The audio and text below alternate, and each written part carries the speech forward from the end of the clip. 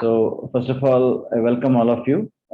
Thank you for joining this workshop. And so currently this is being, we have limited number of participants now, but then this will be made available for the public after some time on YouTube.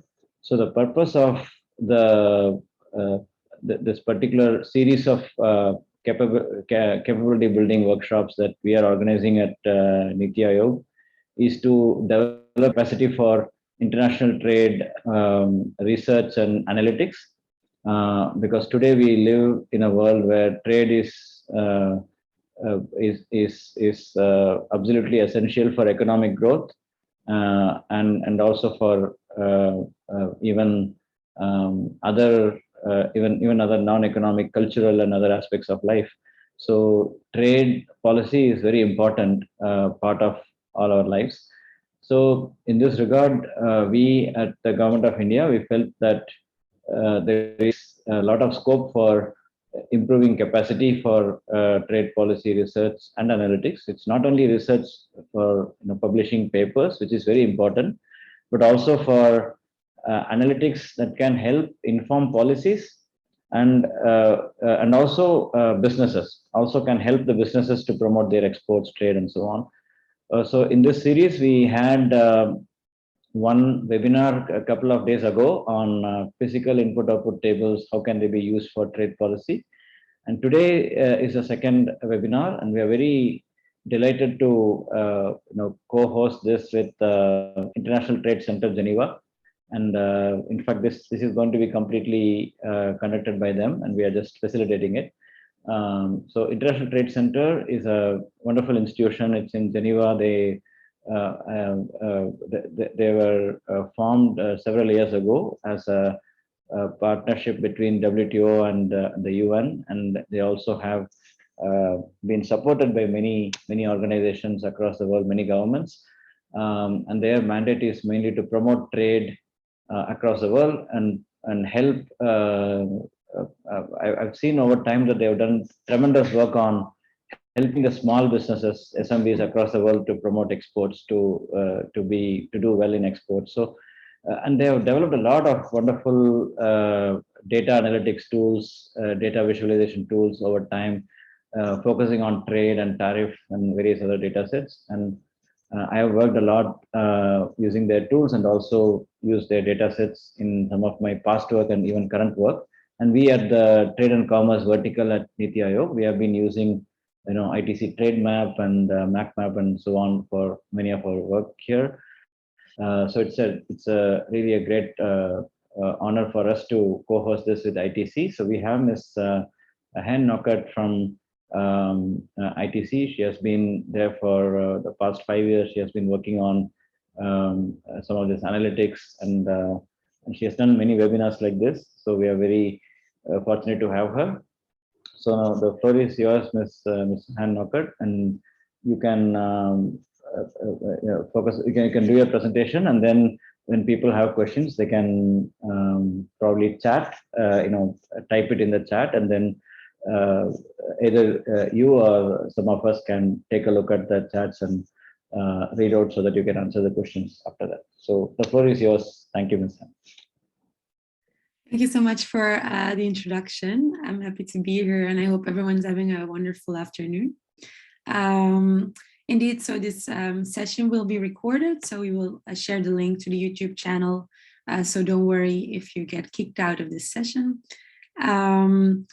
I am going to share my screen so we can all see my presentation.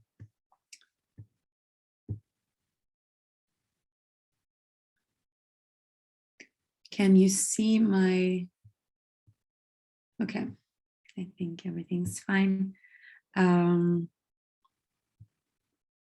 Okay, great.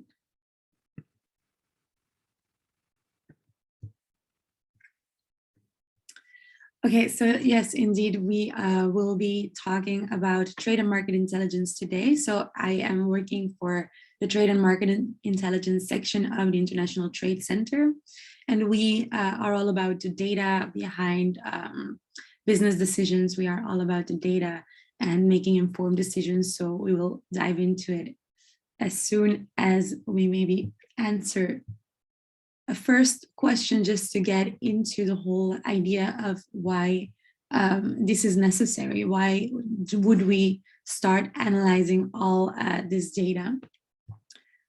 I will raise a poll question, so bear with me. I am launching it. So now you should see a poll question, which gives you two statements which are either true or false, or maybe you're not entirely sure. So take a moment to read the questions. The first one is, thanks to internet, sources of trade information are abundant. Business decision makers should not face any constraint in accessing them and clearing any doubts. And the second statement is, thanks to modern technologies and processes, contents in all types of media go through serious quality checks. That is why nowadays we can rely on all sources of information. Is this true or false, in your opinion?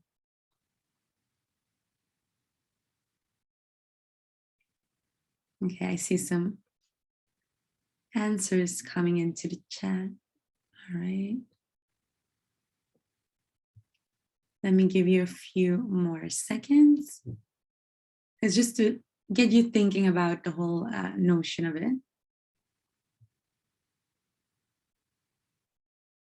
All right, let me end the poll here. Share the results. So the answers are quite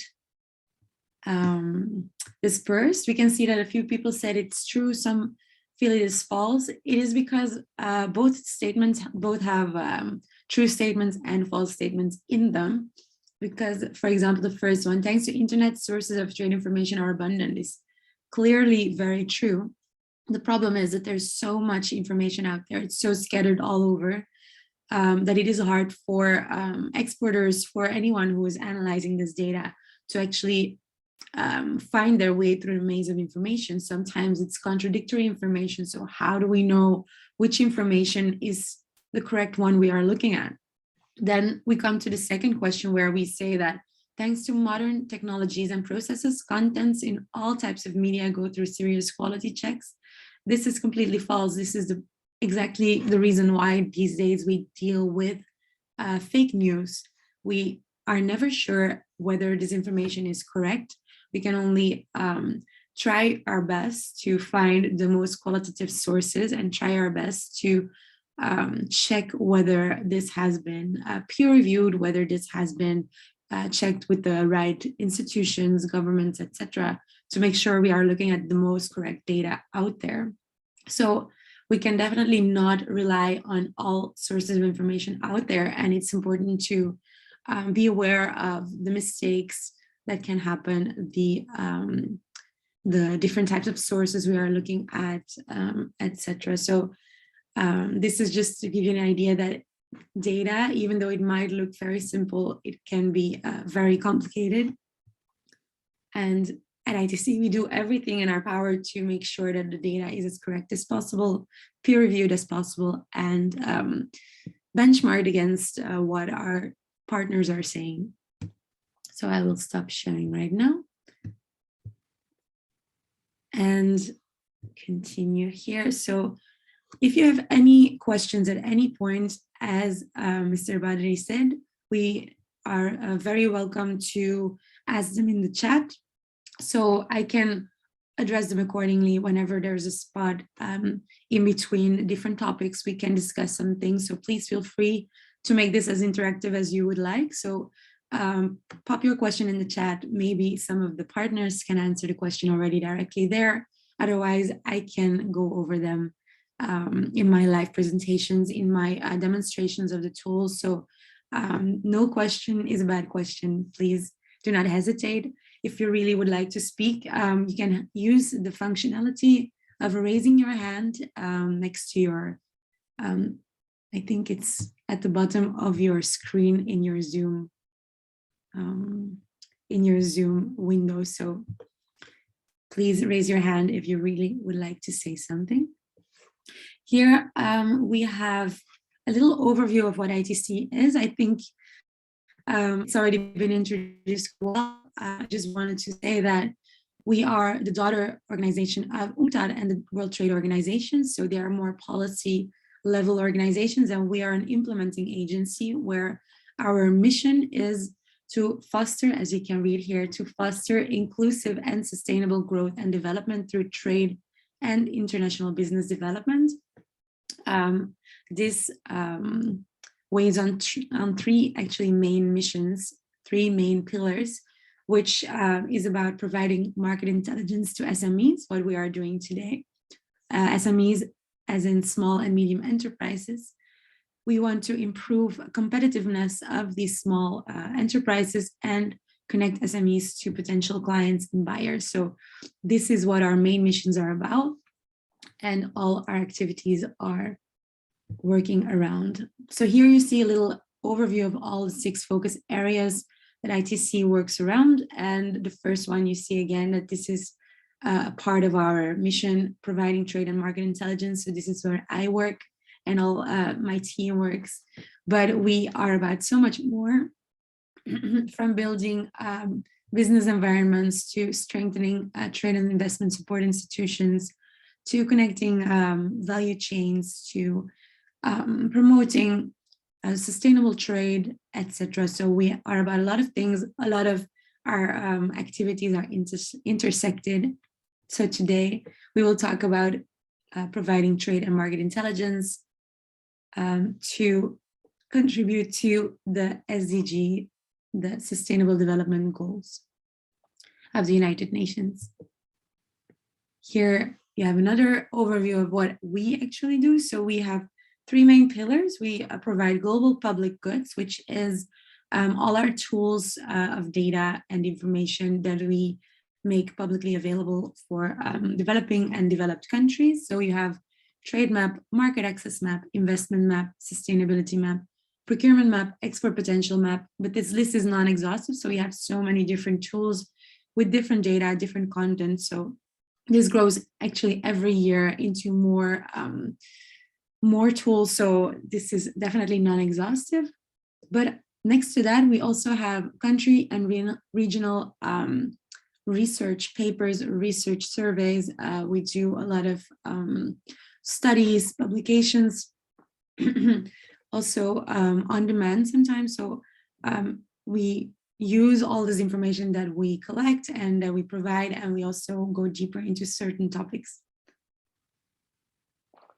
And then we have a pillar that is about capacity building. So we actually want to make sure that people can use our tools, they can use them for their daily work to the max. So we really want to make sure that the capacity of our users is as utilized as possible. So here we see a little overview of these tools. So again, this is not all the tools, it's just the largest batch. So we have Trademap, Market Access Map, and Export Potential Map. So today we will see these 3 tools. And then we have Rules of Origin Facilitator, which is also a very recent but interesting one. The Market Price Information Portal, which deals with the prices of agricultural products around the world. This is also still elaborating each year more and more. So we're still building this one, but it's a very interesting one to take a look at if that's something you're interested in. We have a Sustainability Map, which shows you all sorts of voluntary standards, and measures that you can take when you're entering a market that is not mandatory by the government, but sometimes there might be companies that ask you to be complying with bio, fair trade, etc. These type of standards you can find in Sustainability Map. We have also Procurement Map and Investment Map, which I think are pretty self-explanatory because they deal with international procurement opportunities, international investment opportunities, as they link to all the other tools at the same time. So it gives you a lot of information there. So this is a little overview. We are very proud to say that we at the end of 2019, we reached the goal of 1 million registered users, and they are from all different types of layers in trade. So we have Fortune 500 companies, we have consulting firms, government agencies, business support institutions, but also a large fraction is our MSMEs, our micro, small, and medium enterprises. As well as the press, we have a lot of press inquiries. So I just want to say that our data is being used at all levels. The Wall Street Journal uses us, Bloomberg, Forbes, many different medias are using our data as well. So we are well established in this world as well. All right, so I want to start by raising another poll question, because for us to be able to actually compare international trade, we need to think about how we can compare this trade and how we can all speak the same language of international trade. So I'm just curious to know if everyone's familiar with the harmonized system. So this polling question actually asks you, what is the harmonized system? Is this an internationally standardized nomenclature for the classification of products? Is this an internationally nomenclature for the classification of products, which is different per country? International standardized nomenclature for the classification of services, or a system to harmonize the country groups? So which one of these answers is correct?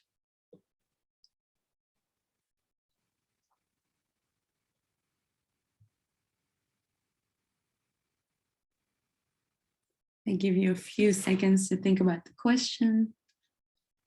Which answer is correct? I see that most of you have voted. I'll give a few more seconds. All right, I see. Okay, let me end the poll and share the results. This is completely anonymous, so don't feel free to just answer whatever comes to your mind whenever we raise these polls. So you can see that there is quite a consensus that it is the internationally standardized nomenclature for the classification of products. This is correct. This is internationally defined by the World Customs Organization. So whenever we speak about a certain product, in whatever country we are, we can speak about the same type of product. So for example, cocoa beans, everyone knows that we are talking about cocoa beans. We have a code for this product and we all know what we're talking about in theory. Because we want to be able to trade. For example, we want to find new markets. We want to find other countries that export their inputs to us. So we need to find a way to speak the same language, even though we all have a different background. These codes are the solution. So over 4,000 products are categorized according to this harmonized system.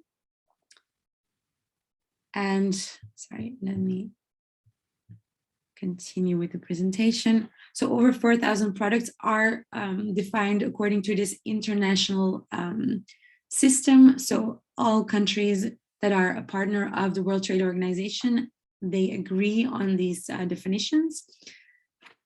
Let me go forward.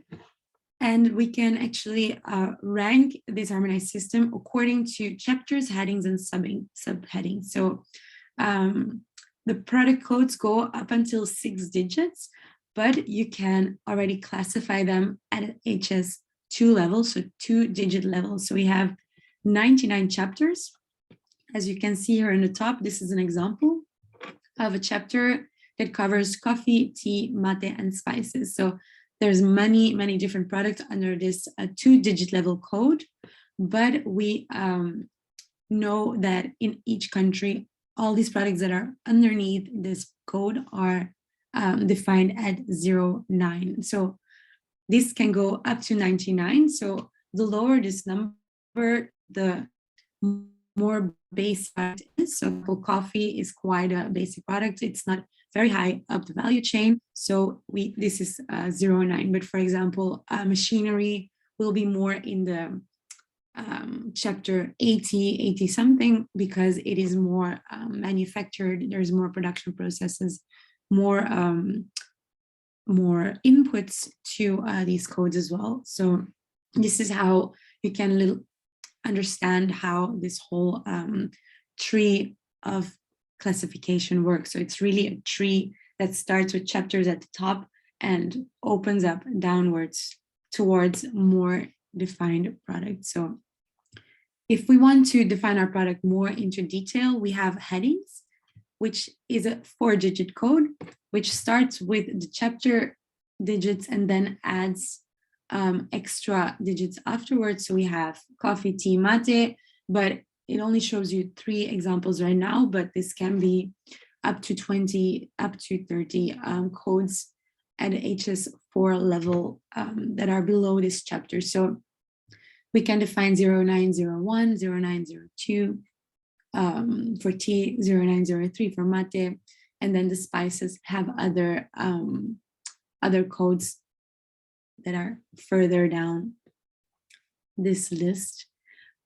And then for the internationally standardized system, we have 1 level left, which is the subheadings. So we have a code that has 6 digits. And in this case, for example, we are defining tea. And you can see that internationally, we recognize green tea in less than 3 kilos, green tea in more than 3 kilos, black tea in less than 3 kilos, and so forth. So there's also, again, many different codes underneath this product, but we always use the same codes from the chapter, from the heading, and then we add extra digits there. But as you can see in this list, there's also a national tariff line.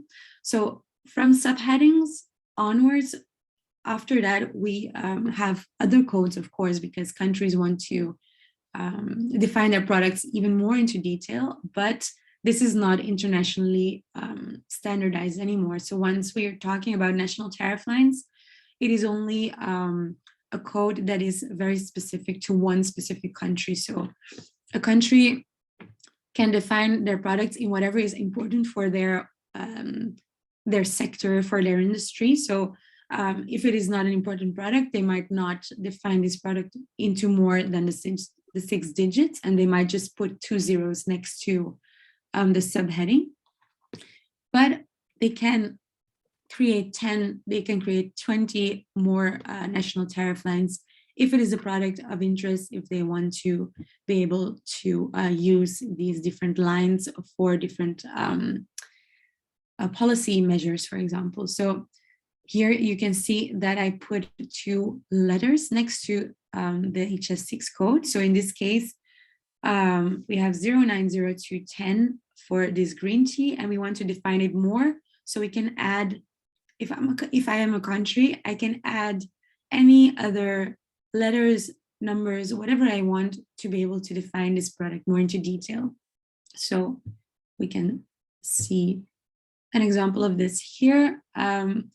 We define this green tea for China, Japan, and the US, and you can see that they add different digits there, but this can be 4 digits, this can be 6 digits. It depends on whatever this country chooses.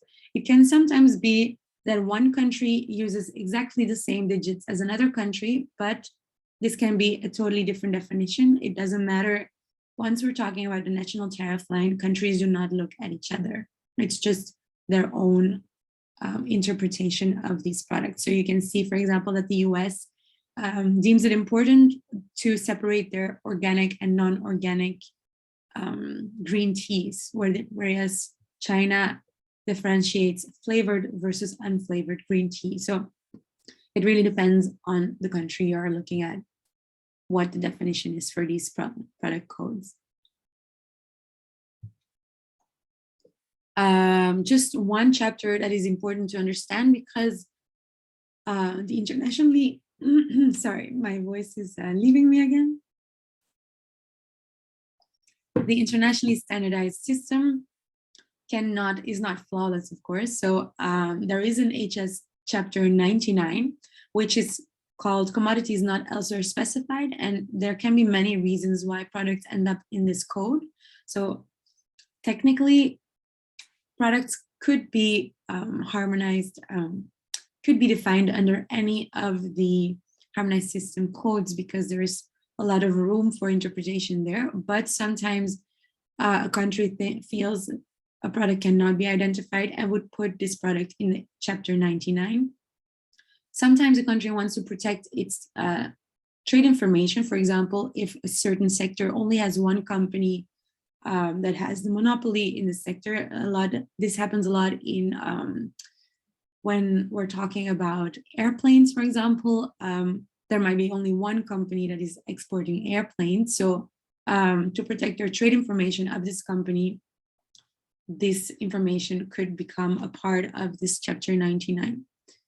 Sometimes the reported data is just simply incomplete and there are differences with the total, and this can go into this HS code 99. Each separate chapter also has a little basket of 99, which ends with 99. And every time we see a 99 at the end of our codes, this means that we're talking about products that could not be completely specified within this chapter. So every time you see 99, this means that we're not entirely sure about where this code belongs.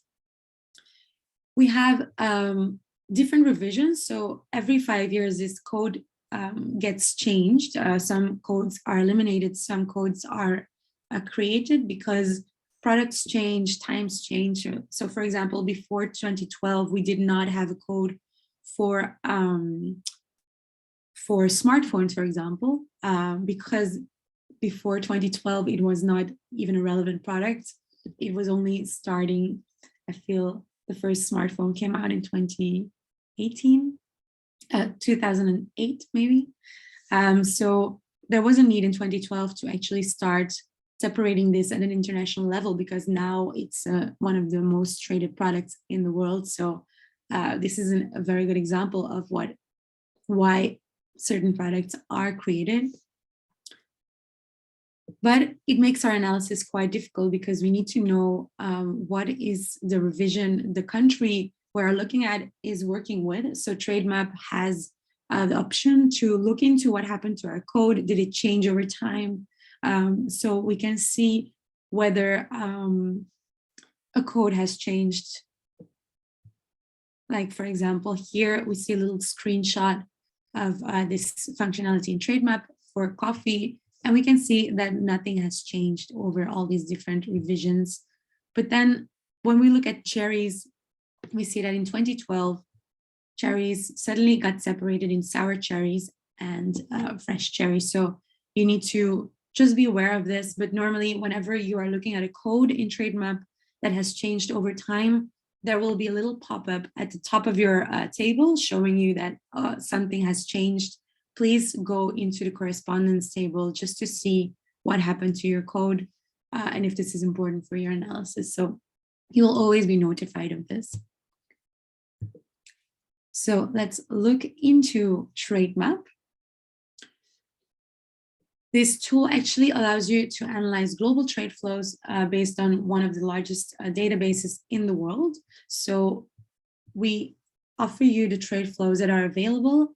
We collect them from the UN agencies that we work with. We also sometimes try to complete this data by ourselves. But our most important part of Trademap is the fact that we calculate trends. We calculate already some competitive indicators for you to be able to go beyond the raw data and go beyond this analysis yourself. Let me start by showing you a few key characteristics. So the geographical coverage is over 220 countries and territories. We use data that is reported by 191 countries and territories for at least one or more years since 2001. So at least 101 countries reported at least more. So what do we do with the countries that have not reported their data? We derive this statistics from their partners. So we will look more into detail into this later, but just know that we try to reconstruct some data using partner statistics. This has been being updated as much as possible. So the direct data, the raw data, so the annual, monthly, and quarterly data is updated all year round. Our trade and services is twice a year, and the indicators, the trends, which I just mentioned, is updated 4 to 5 times a year. So our data sources are national authorities, or in the best case, the UN Comtrade, which is produced by the United Nations Statistics Division. We take all values that are reported, and we use the same exchange rate, the interbank exchange rate, for comparative reasons, so we can actually look into what this means next to each other. So what I need to mention is that there are some limitations to international trade statistics. All we can do is report, we can show you what is being reported, but there might be things that are left out. For example, some countries do not report their re-exports, re-imports separately from their real exports. So we can never know which part is re-exports and which part is their actual exports. So some countries do report this. For example, China does report this, but this is not standard practice. Sometimes, as I mentioned, there might be some confusion with the harmonized system. Some similar products may be categorized differently by different countries. Sometimes the exchange rate fluctuations are not always recorded because we cannot cover each separate period in time. And as I mentioned, trade data are not always complete. So we have smuggling, non-reporting, there might be mistakes, there might be many different reasons why this trade data is not complete. Sometimes even authorities have a hard time capturing the information at customs. So they report that the quality of their data is not good enough. So then we try to cover this with mirror statistics. So we have two types of data. We have our direct data and we have our mirror data, which is reconstructed on the basis of the data that has been reported by partner countries. So let me show you an example of this. So if we have one country that is reporting, like Australia in this case, we have Iran, which is not reporting, and we have Myanmar, which is also not reporting in this example. This is just a fictional example, of course, because these two countries do sometimes report. Sometimes we do have some issues with their data. But in this case, we can reconstruct whatever happened between Australia and Iran using Australia's data, but we will never figure out what happened between Iran and Myanmar in this case for obvious reasons. It's just visualizing it helps you a little bit to understand why sometimes we could not even construct what happened between these two countries. And you will see that in Trademap, everything, all the mirror data is actually shown in a yellow color. So you will be aware whenever you are looking at data that has been reported by partner countries and not the country themselves. The thing is, I keep saying estimations because even though we use Australia's reported data, this is not always reflecting the reality either, because a country might be reporting its exports and its imports differently. It all comes down to how the contract between the exporter and the importer was arranged. For example, when you're exporting, maybe you're only paying up until the border, and then the importer is paying for the import costs, the transportation, taxes, etc. So there might be on the import side reported more value traded than on the export side. This is, in this example, these contracts are called Incoterms. And here in this example, we use in Incoterms FOB, free on board for exports, CIF, cost insurance right for imports, but these are just referring to these contracts between exporter and importer to see who is liable for which part of this transaction. So in this example, for example, the importer paid for the transportation and insurance costs. So the importer will be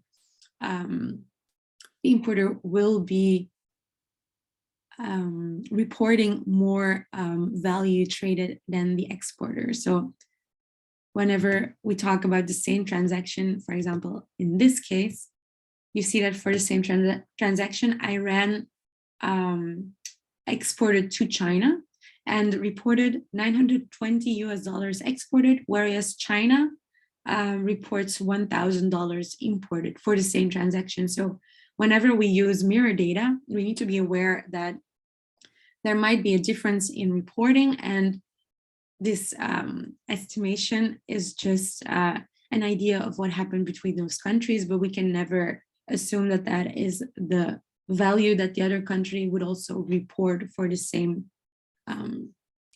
situation.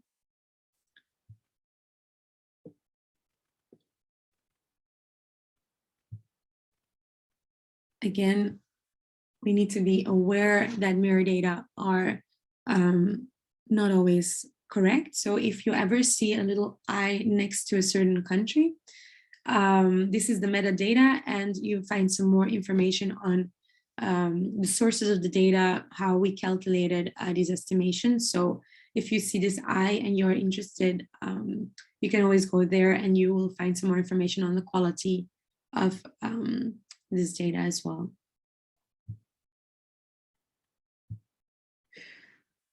So here we have a little overview of a typical table on Trademap, and you see that there's many different colors. I'll just go quickly over them because you will see this in a little bit live as well.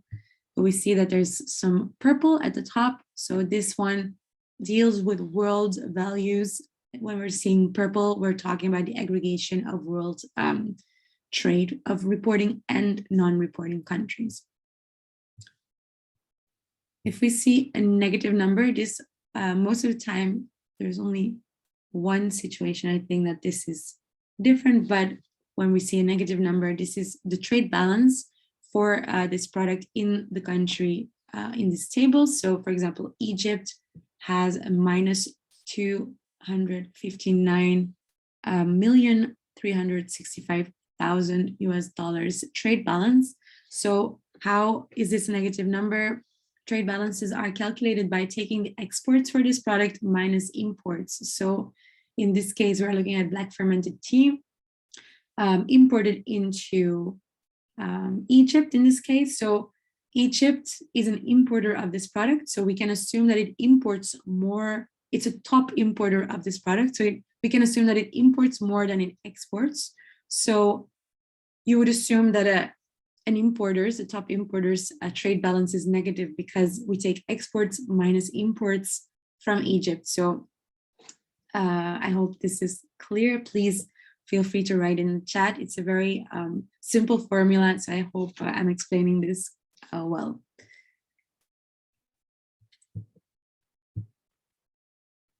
Sorry, one more thing about this trade balance. You do see that China, for example, has a positive number. So it's still quite a top importer of this product, but apparently it does, when we look at this trade balance, because it's positive, it must mean that the exports are larger than imports. So even though it's a top importer, it must also export quite a lot of black tea. This is how you interpret these trade balance numbers. The next one you can see is some mirror data for Kenya because it's yellow. And then the green colors refer to the sources that are related to these numbers. So, and the way they have been collected. It's not always UNSD or ITC, but you will find the explanation for the different types in the bottom because this changes whenever your table changes. But whenever you see green and you want to know what is up with this green, you scroll down to the bottom of your page and you will find why these numbers are green, which organization is responsible for the collection, what has happened in this collection, etc. Okay, let me see if there's any questions. I think there is one question. It's about India. there are two questions probably. Okay. See, how would you rank India on the quality of data reporting? We will look into India's data availability in a little bit. I would not rank India according to quality, but we will look into what data is available for India, which data is not available for India, so we all have an idea. And then the second question, I have two questions. Can the ITC data be obtained using an API so that we can conduct our own data? Maybe I can help you with this, Hannah.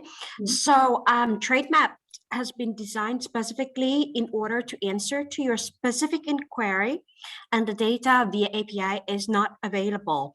And in fact, as soon as the systems discovered that there has been abnormal activities, for example, that the search seems to be done by the machine or robot, the system will shut down, your account will be shut down, and there's nothing we can do about it because this is how the tool itself has been set up.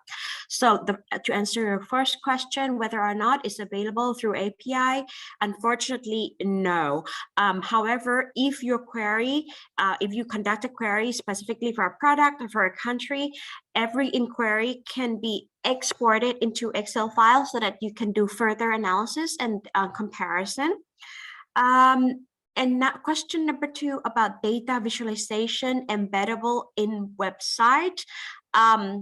Is not for Trademap at this point, but in terms of export potential map, which Hannah will probably show it to you later, there will probably be, you'll be able to embed or share the results, because the data visualization embedded, this is something that is offered normally through projects because it has extra costs, etc. So at this point, the results can be exported into Excel file. The graphical output can be exported as an image file.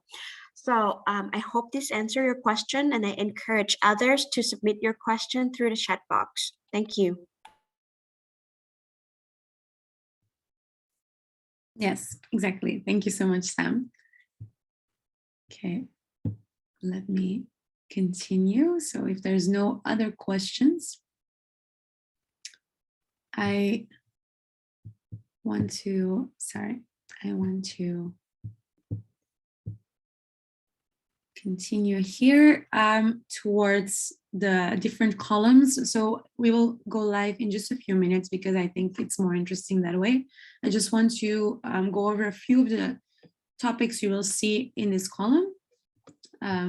So the first few ones are about market size. So you will see that the first column, whether it depends in if you're looking at imports or exported, but here is an example of when you're looking at exports. It shows you the value exported in 2020 in $1,000 US. So every time you see a value in US dollars, you need to think 3 extra zeros behind it. So we're not looking at 1,000, but we're looking at 1 million often. We will look at that in a second. The fact that this first one is yellow as well means that we rank this table according to this value exported in 2020. This is automatically. If you want to rank the table according to other indicators, you can click on the other indicator and then it will shift and show you the results there. So I already quickly discussed the trade balance. The next column shows you the share in the Philippines exports. In Philippines export, but in your case for India.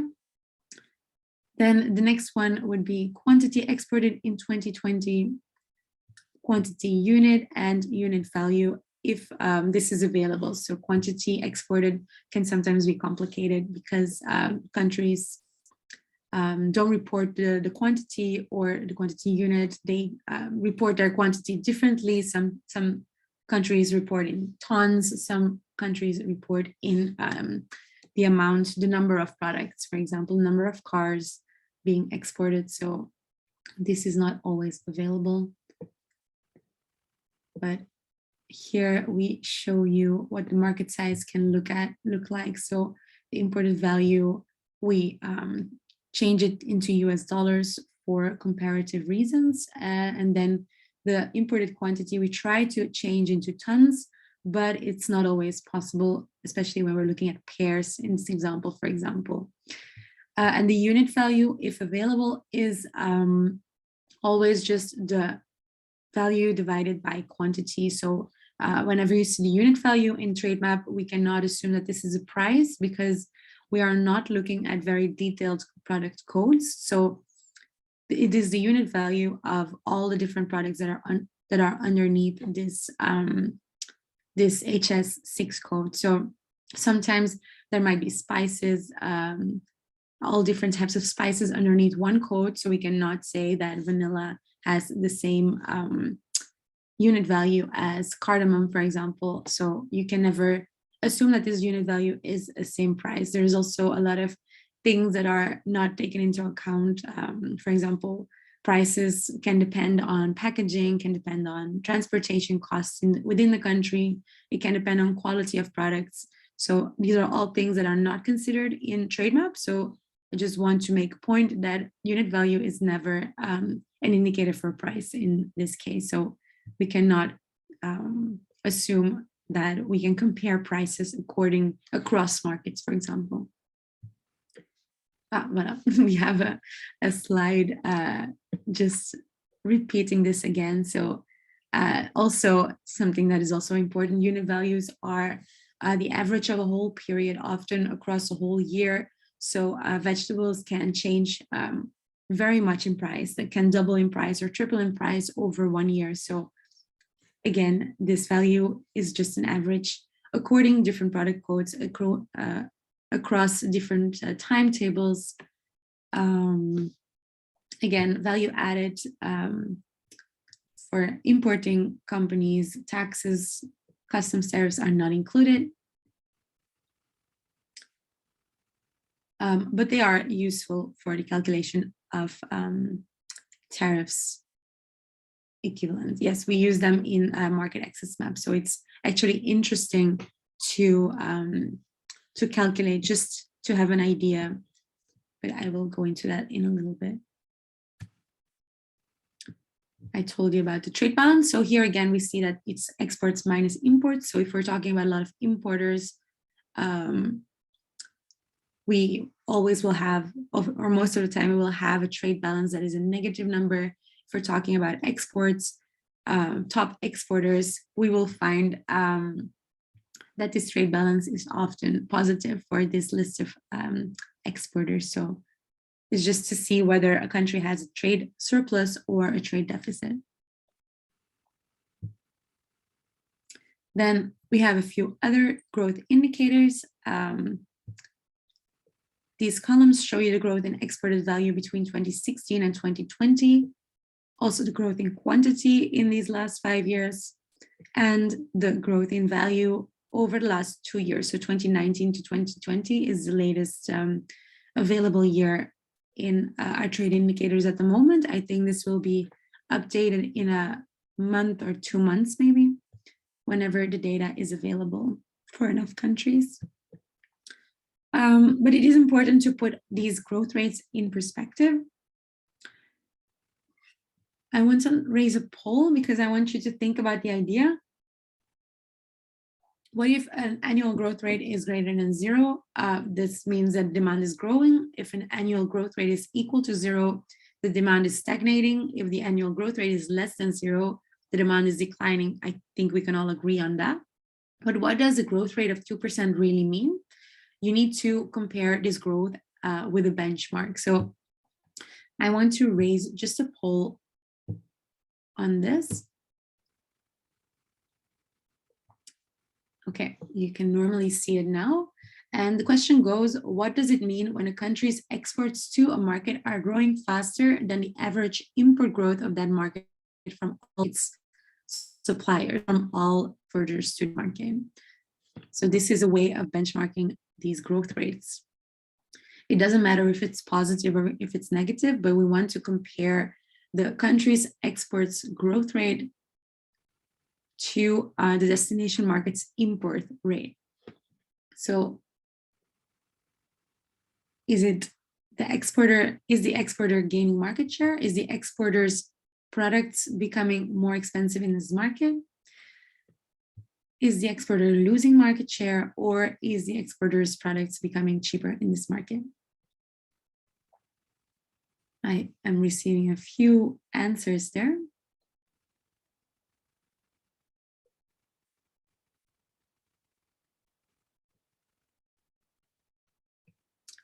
So I will end the poll now. I see that there's a few people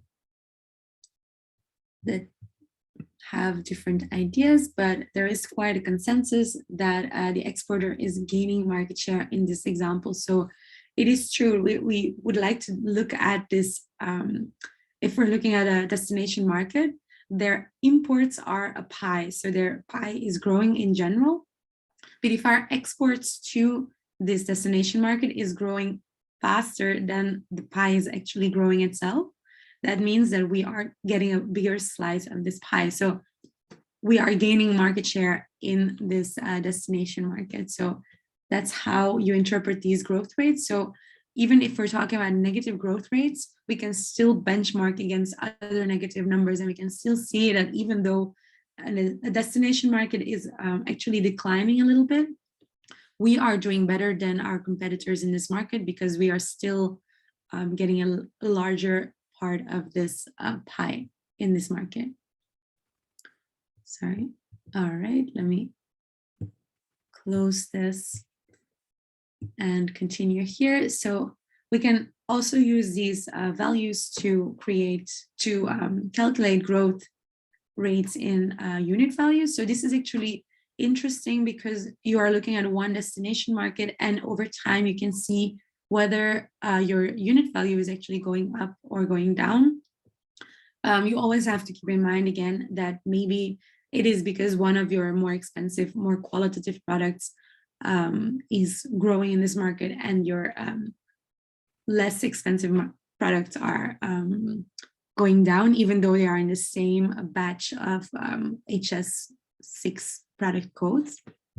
But we can do this by looking at the growth in value and look at the growth in quantity. And when the growth in value is growing more than the growth in quantity, we can say that there is more value being paid for less quantity. So we can say that this unit value actually is increasing. If the growth in value is the same as the growth in quantity over the last 5 years, over the last year, we can say that this is a stable unit value. And if there is a growth in quantity that is higher than a growth in value, so there is actually more product, the product being traded is growing, but the value might be growing less, there's less being paid per quantity, we can say that this unit value is decreasing. So that's how you can play around with the notion of this unit value, and you can actually wonder if this is a very dramatic decrease in unit value. You can wonder why this happened in that specific target market. Then we have some other performance indicators. So we can see that we look at the ranking of these partner countries in world imports. So whenever we are looking at bilateral trade, we can still see in our columns also how these partners we are looking at are doing at a global level. Using this column, we have share of partner country in world imports. So it is these two are linked together. And then a very interesting one is also the total imports growth of this partner country between 2016 and 2020. So that is the column you would benchmark these growth rates from before to. So we are looking at our importer. We want to know how it is growing its imports from the world, and then we want to know whether we are growing more than this column actually shows you. This is the same. And then we have a few others that are talking about average distance between partner countries. I think I'll talk about this when we are looking at the numbers because it's quite complicated otherwise. We also have our concentration of our importing countries. We have tariffs that are linked to our market access map, and we have some estimation of untapped potential trade that is linked to our export potential map. So let me, maybe I can already start here, because you'll find in your list of partners, you will find an average distance of these partners with their suppliers or with their importers, just whatever, which table you are looking at. But just something to keep in mind when you see these values is the fact that this is not the actual distance of your country with these destination markets. So it's just the average of these destination markets to all its suppliers, to all its partners. So what you need to do is Google your own distance from this specific market, and then you can see whether you have a competitive advantage, whether you are closer to this market than its average suppliers. And this can actually be interesting in analyzing your competition. So as it says here, the real distance between the selected country and partner countries never show. So we need to benchmark here as well. Then we have the market concentration. It measures whether your destination market, for example, is being supplied by already one big exporter or whether it is being supplied by many different ones. So if you have a concentration that is quite low, so the supply is quite diversified, it is easier, it might be easier to enter into this market because the fact that there's many players in this market means that there must be quite an open-mindedness about who are supplying this country. If there's only one, large exporter, for example, this means that there is quite an established, maybe monopoly even, can be harder to enter into these markets unless, of course, we are the one that is already supplying this country. So this is extreme examples, of course. In this example here, in this slide, you can see that there is a rule of thumb to analyze this number. So it is an index that goes from 0 to 1. If we see a 1, there's only one supplier. If there is 0, it's many suppliers, each with a very small share into this market. So the rule of thumb goes, if we have a number from 0 to 0.1, we can assume that this destination market is diversified. There is many different suppliers. If this is 0.1 to 0.18, this is moderately concentrated. And when we look at a number more than 0.18, we are talking about a high concentration. So this means that there might be a few top suppliers already dominating this market. So it's just, again, to be able to look into your competition into your destination market. Then we have the average tariff applied to this country. So it links to the market access map, but it just here in Trademap gives you an idea of what is an average tariff that we need to pay to access these destination markets. And yeah, for our specific product. It is important to keep in mind that this is an average tariff because tariffs are levied on the national tariff line code. So that's why it's so important to understand the different national tariff line codes that your destination market is using. So whenever in Trademap we are doing our analysis at an HS6 level, these tariffs are the average over all these different national tariff line codes.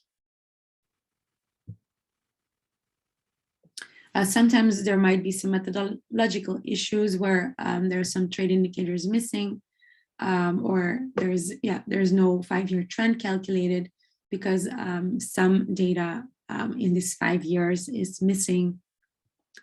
Sometimes there's some confusion between rounding up data or rounding down data versus no data. So we report in $1,000. So if a certain transaction over 1 year was only less than $500, we round down.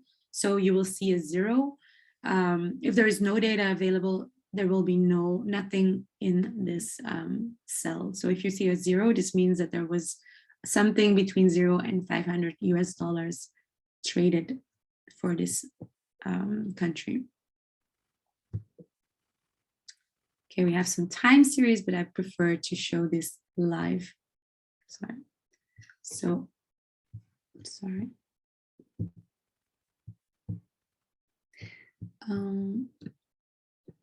Let me share my screen because I want to go live with you.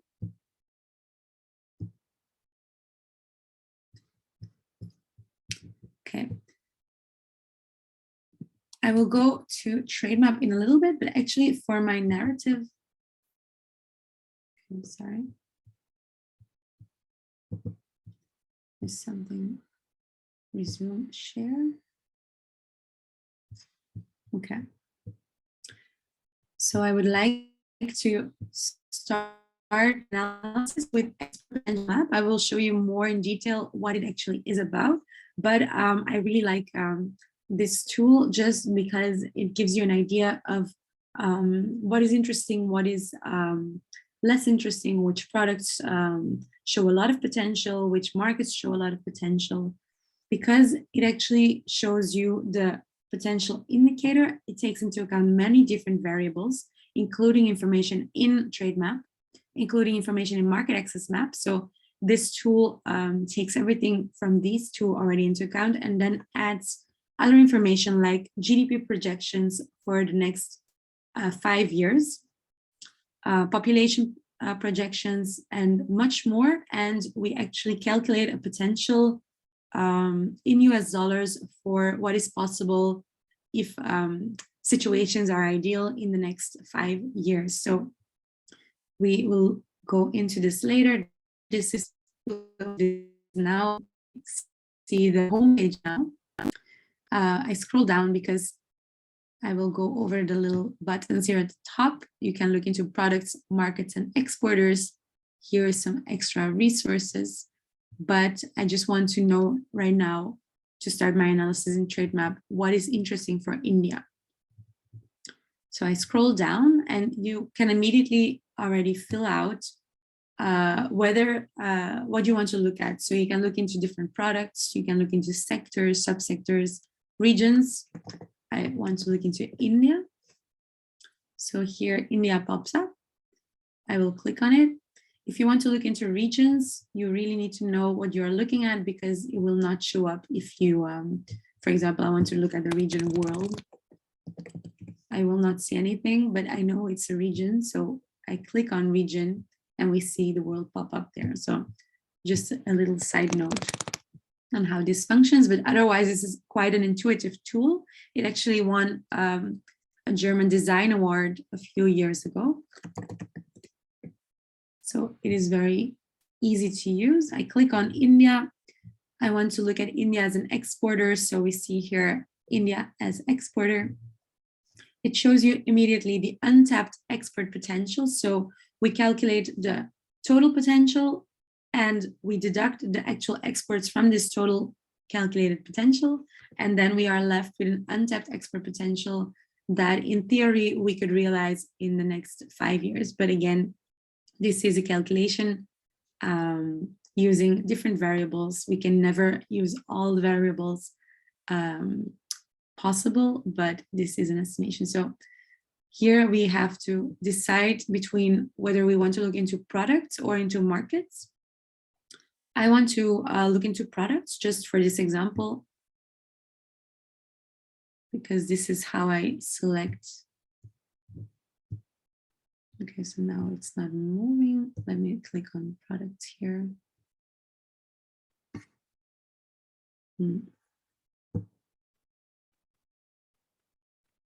This is bizarre. Let me reload the website. Okay, so I click on products and it brings me to a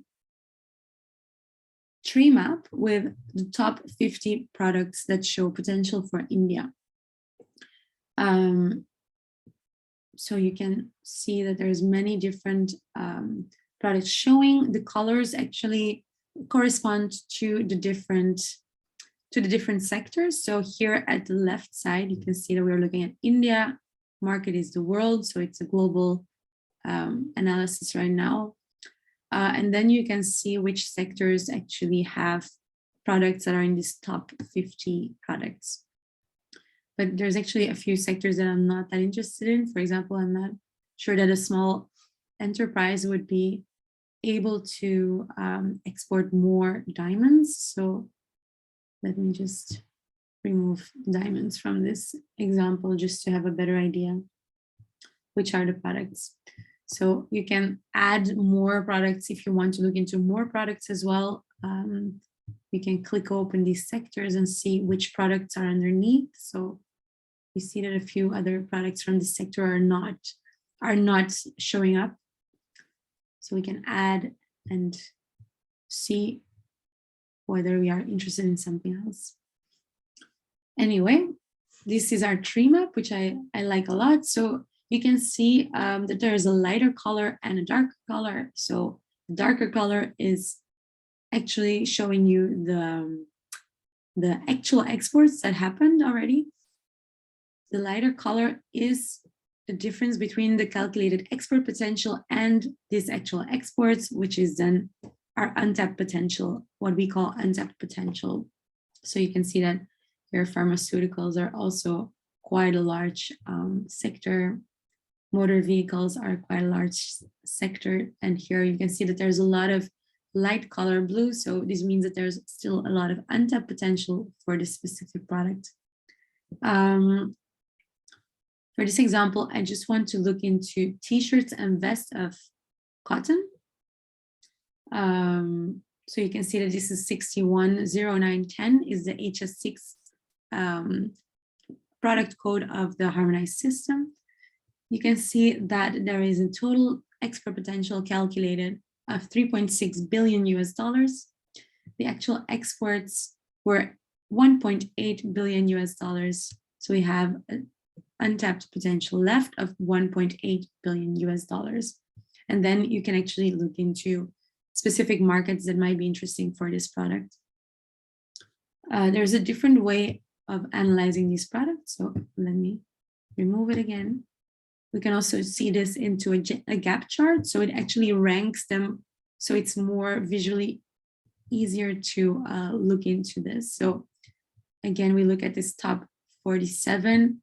Now we are looking at a gap chart. So it ranks it according to the untapped potential and not according to the sector anymore. But I want to see my top 20 products, let's say. Yeah, I think let's look at top, okay, 21.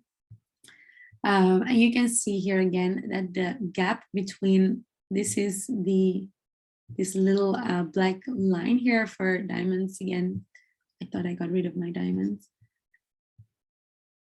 Okay, so in this case, the dark blue line of medicaments is the calculated export potential. The white dot is the actual exports. So this line between those two values is the untapped potential. So you can see that this line sometimes is larger than others. You can rank this according to the length of this line as well. So in this case, you see that actually, even though medicaments has more calculated export potential, we have a higher gap between the actual exports and this calculated potential for motor vehicles for the transport of person. So This is how you play around a little bit with this table, and it actually gives you an idea of where are the opportunities when we're looking at different products. So I want to look at our t-shirts, and we see it here. T-shirts are in our top 20 products. We want to figure out which markets are actually interesting for India. So if I click here on markets,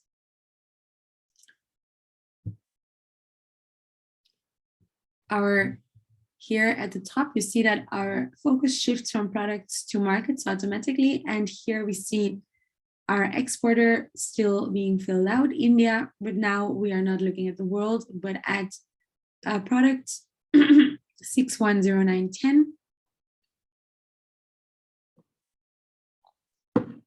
And we get a similar type of graphic, but now with which markets actually show the most export potential as well as untapped export potential. So it's just, for me, I really like this little analysis just to have an idea of which are interesting destination markets that still show a lot of potential. So you see that the US shows you a lot, Germany, a few European countries here, United Arab Emirates already has a lot of actual exports.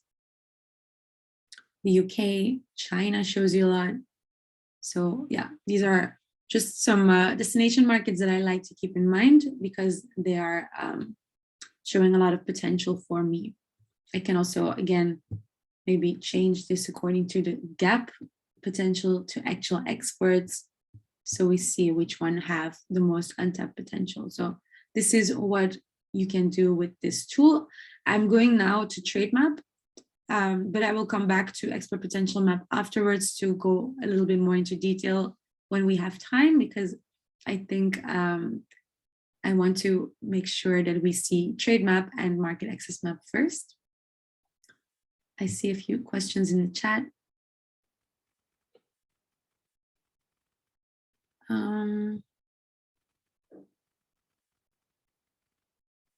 Yeah, so I will explain how export potential is calculated in a little bit because it's part of my presentation.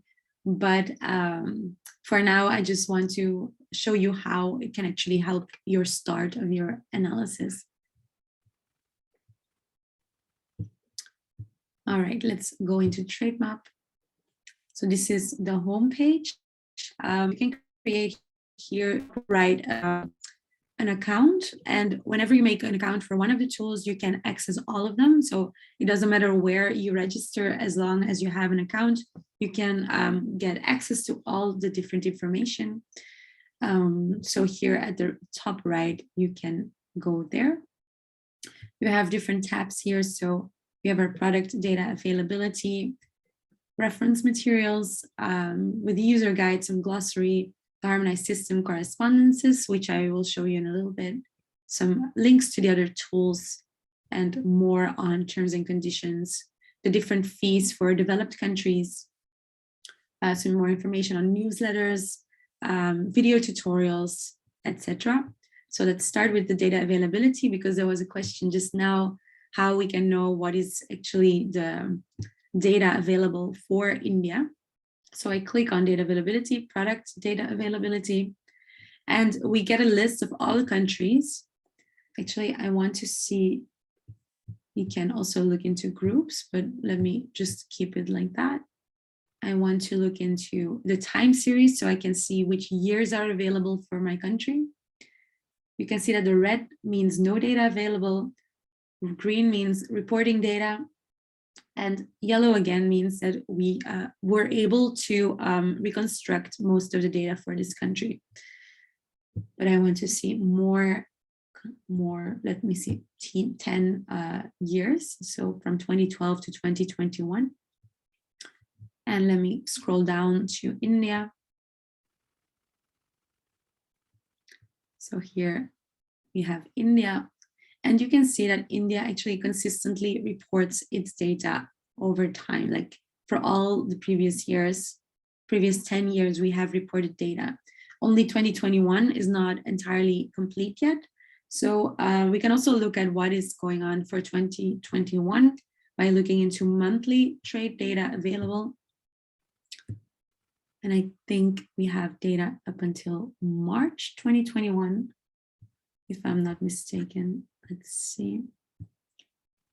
India. Here, yeah, so let me see. We have reported data up until this column. So yeah, this is March 2021. So there is already data available, but it's not complete yet. So this is how you can see whether there is some qualitative data available there. Important to know, if you're ever curious about your product code, you can always go to the harmonized system, correspondences. Let me show you the example of my textile 610910, which is the t-shirts we found in Export Potential Map. And we can see that nothing happened to this code over time. So we don't have to keep this in mind, because all our reporting countries are using the same code. Some countries might be using 2012 revision, some 2017 revision, but for t-shirts, at least we're all speaking the same language. So I can go back to our home and search. And you can search for your product here by just typing in your code, if you already know your code in my case. But for example, if I want to look into t-shirts, I can type my t-shirts here, but the problem is that this list actually shows you a max of 30 possible answers. So in this case, it shows you some options, and I think we will find our product code by reading them, but sometimes it's quite hard. So if you don't find immediately your product code, you can go to the advanced search and search by keyword or by hierarchy of the harmonized system. So in this case, again, I can type t-shirts and it will show you more correct answers for this t-shirt. So in this case, we wanted t-shirts 610910, but sometimes it will also show you a few things that are linked to this keyword. So for example, we're not always aware of what is the wording in Trademap. So if we want to, for example, look for chairs, it's another example. I want to look for chairs, but actually the word chairs does not appear in the harmonized system as such. We will never see an HS6 code using for chairs, but here we see that actually chairs are defined as seats in the harmonized system. So we try to link all these words for you, so this search by keywords becomes easier. It's not always as easy as possible. For example, no, actually this one has been linked as well. For example, laptop is also something that does not show up in the harmonized system, but again, our system can, for you, already link this keyword to a very complicated machinery explanation of data processing machines, automatic, portable, weighing less than 10 kilos. So this is a laptop. So it's just for you to be aware that sometimes it does not always show up in the keyword that you look for, but the answer is right there. So let me go to t-shirts again. You search, I click on my t-shirt and automatically it gets filled out. Okay, not that's too much. It automatically gets filled out here at the home page. Ms. Hannah, just one question. Can you let us know how to, can you let us know how to go to the key search word again? The tab, yeah. Sure, it's just here at the advanced search button. Yeah, and then you get here and you can search for this. If you're interested in this, because this can be quite complicated, there is one other way that I really like to look for these product codes, and it is the website of Eurostat. It is called Eurostat Combined Nomenclature, and this website actually asks you questions. So if you're not sure what product you are looking for, For example, maybe t-shirt. Again, it asks you questions, whether it is for babies or not. Is it cotton or other products? So I want cotton.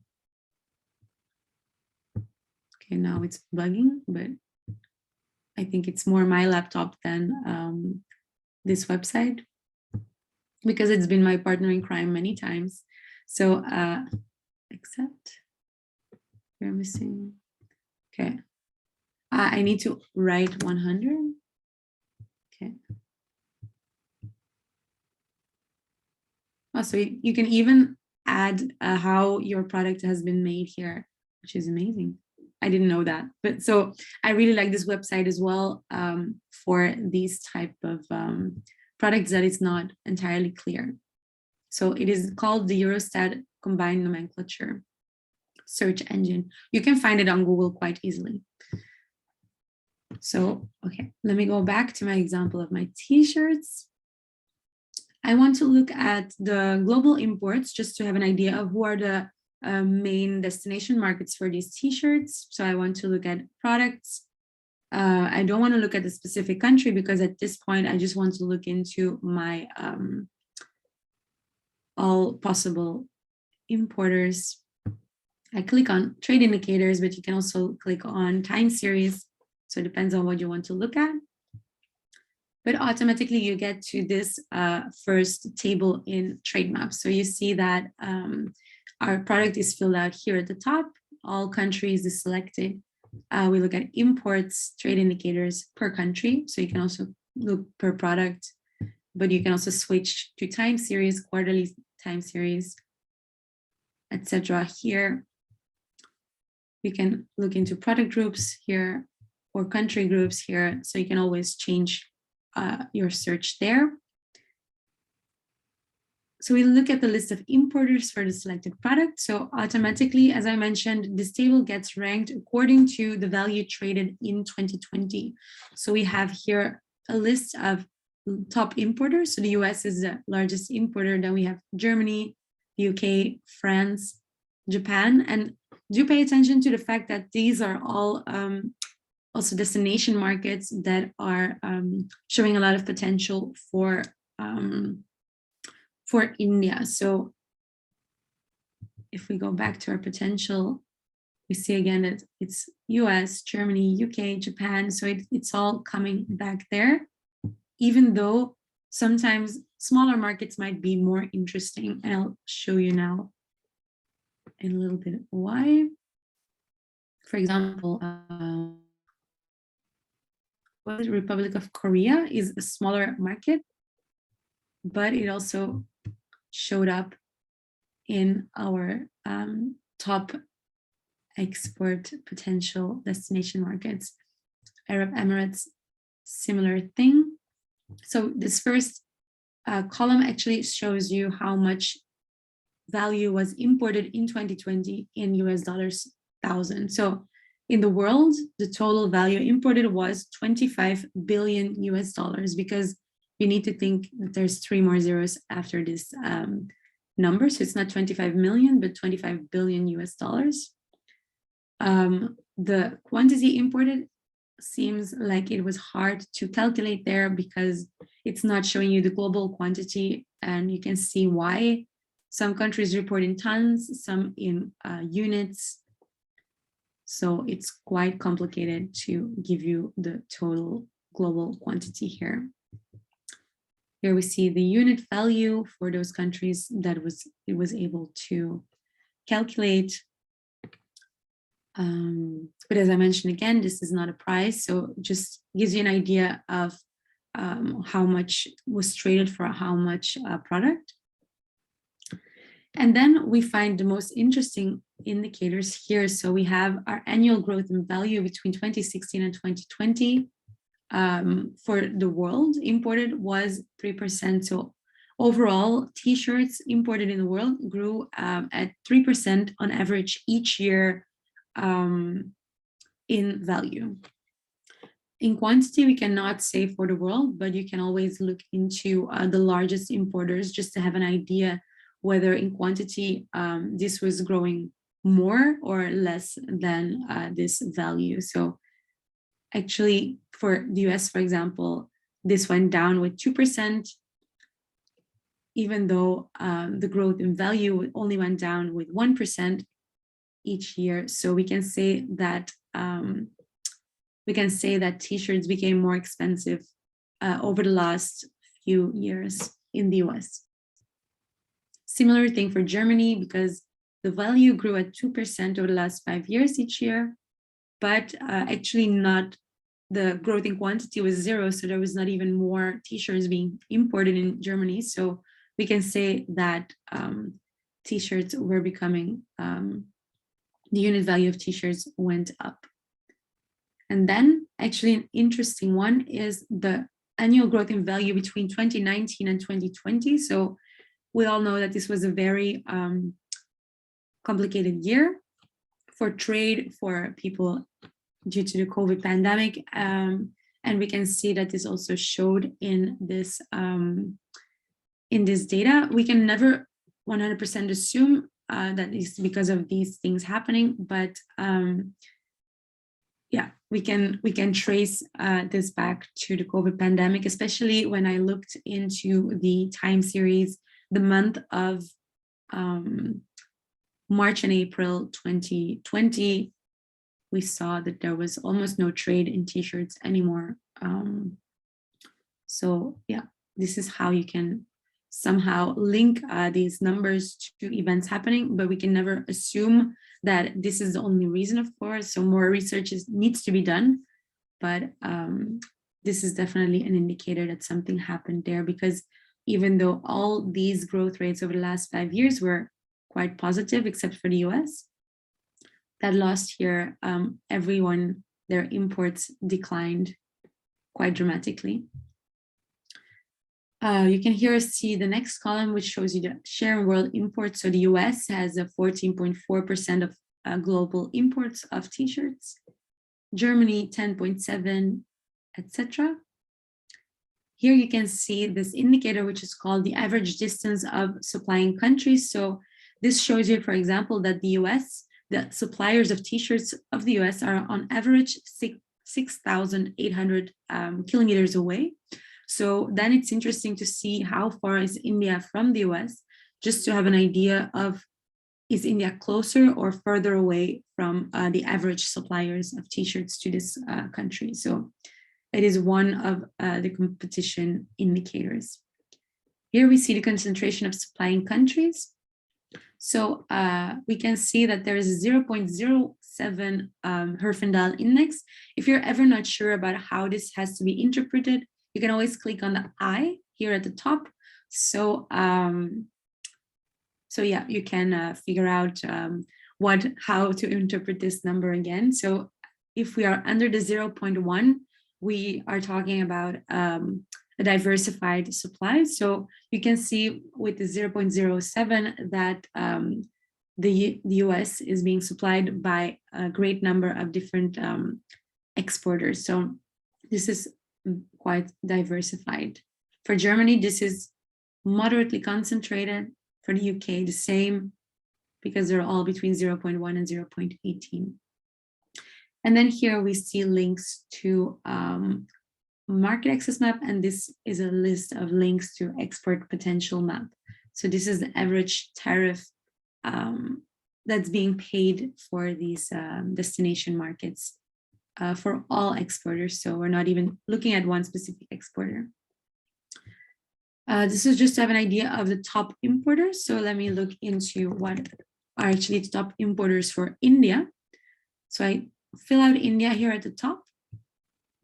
I click on exports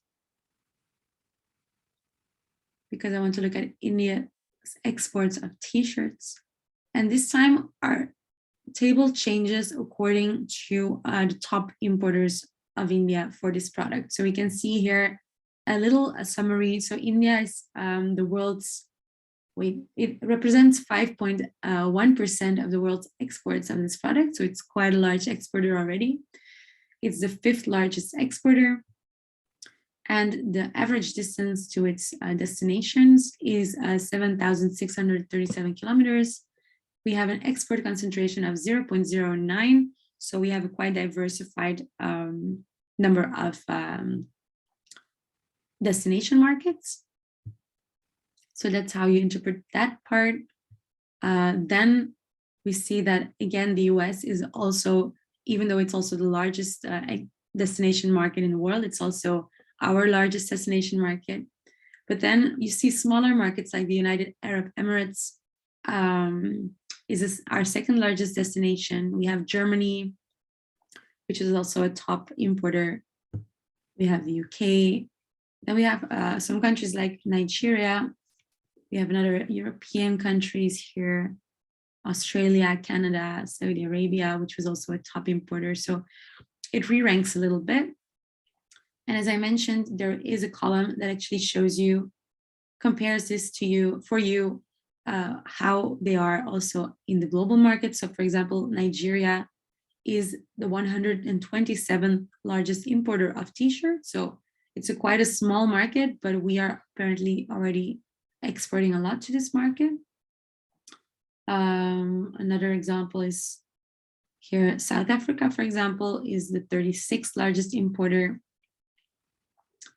So this is also not one of the top importers of t-shirts, but we are actually exporting quite a lot. So that's that little benchmark column there. More interesting actually is to look into growth rates. So we see that India is declining very slowly its exports of t-shirts over the last 5 years on average. So we could also see that in the last year, this declined at minus 26%. So this average of -2 could be due to this last year since COVID 2019 to 2020. It's actually interesting to go and look into the time series to see if it was each year that this was declining, or if it was only in that last year. But we can see that a few countries were following this trend. It was the United States, for example, was already declining at a global level, and also from the India, it's declining on average. However, the United Arab Emirates, for example, which showed a lot of untapped potential, which showed a lot of export potential in general, is growing at 4%, even though its last year was not great either. See that some European countries are declining as well. As I mentioned, Nigeria is growing very well. Here we see that the Netherlands is growing at 3% each year. Its imports from India, even though again last year was not.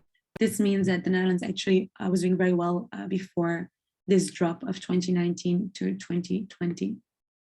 And we can go over this list. So Australia has also been doing very well in the last 5 years at 12%, Canada at 5%. So yeah, this is how you look into this list. And then I like to compare it to my export potential list. So again, you see that the United Arab Emirates showed you a lot of export potential. So it shows up here. The Netherlands was also showing up here. Australia was growing well, so it's showing up here. So yeah, it gives you a good idea of which destination markets to look at, which are growing, which are declining. So as I mentioned, because of this special year, I think it's a good idea to look into yearly time series to just see whether it's a 1 year issue or a 5-year trend. So we click here on time series, and now we are looking at the raw data. So we see that each year we have a different data, so our trends are gone, but we can actually even download this table and do some calculations of ourselves if we want to exclude 2019 to 2020, not with the API, but manually you can download this data. So you can do a little bit of your own analysis. I do like to go into a graph just to visualize this gigantic number of data. I want to look at the world data. Okay, let's look into 5 countries, for example, from 2011 to 2020. I update this. And here it becomes quite clear. So this yellow line at the top is the world data of t-shirts exported by India. And we can see that up until 2019, we were actually increasing our exports very well, like very stable. And only in this last year, we declined our exports. So it would be interesting to look into our 2021 data to see what has happened since. So it's just to put this more in perspective. These declining numbers are not always as bad as they seem. So here we see our top destination markets. The US was declining its global imports of t-shirts anyway, so we are following sort of that trend up until 2019. And here we see that decline with 2020, but here again, the Arab Emirates, for example, were growing well, very well up until 2019. The same goes for Nigeria here, etc. So yeah, I think it's always a good idea to look into these time series. You can even change what you're looking at here. So because it is reported data, so we can look into the direct data, mirror data, we can look into values, quantities if they are available. We can play around with the little with the different variables here. So we can also look into unit values, growth rates, etc. We can even look into the different possible currencies. You can also look into a map if you like. So you see where your competitors, your destination markets are located. So the more yellow, the more we are exporting to. So you see that there were a lot of European countries, but the US is our largest destination market. So you can play around with this like that. I see that there's some questions in the chat.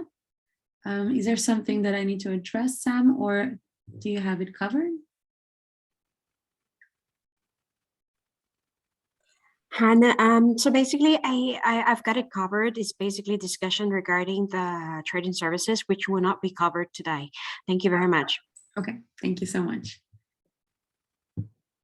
I think I want to,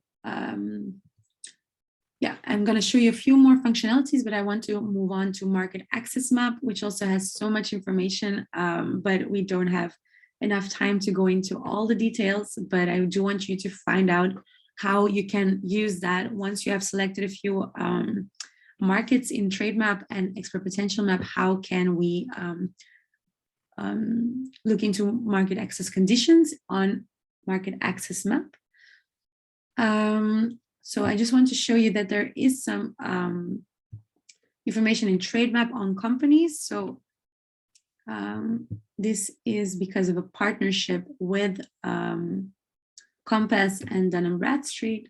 Sorry, okay, so whatever country you have here at the top, you will look into the companies of that country. So if I want to look at the Netherlands, I don't know why I'm looking at the Korea now, the Netherlands. All right, we fill it out here. We want to look into imports of the Netherlands. We look into companies there. So fill out your parameters into what you want to see, which companies you want to see. Then you receive a list of product categories, but it doesn't matter which one you click on. All the companies that are underneath these lines all import this type of t-shirts, so this HS6 code. So you can see that there's a lot of importing companies available underneath these lines with some contact details, with some websites. So we want to provide you with a good starting point to accessing these markets. This is a non-exhaustive list, so this is just a starting point, but there might be many, many more. So you can see here all different importers for the product you are looking at, that you can find where they are located, whether they are large companies, small companies. Sometimes the data is just not available, but normally you can always find some sort of contact details. So here you have a phone number and a website. Yeah, I think that's quite clear. If you want to create your own country groups or product groups, you can. So if you have an account, you can do it by clicking here, manage my country groups, and you can actually create some, you can change a few.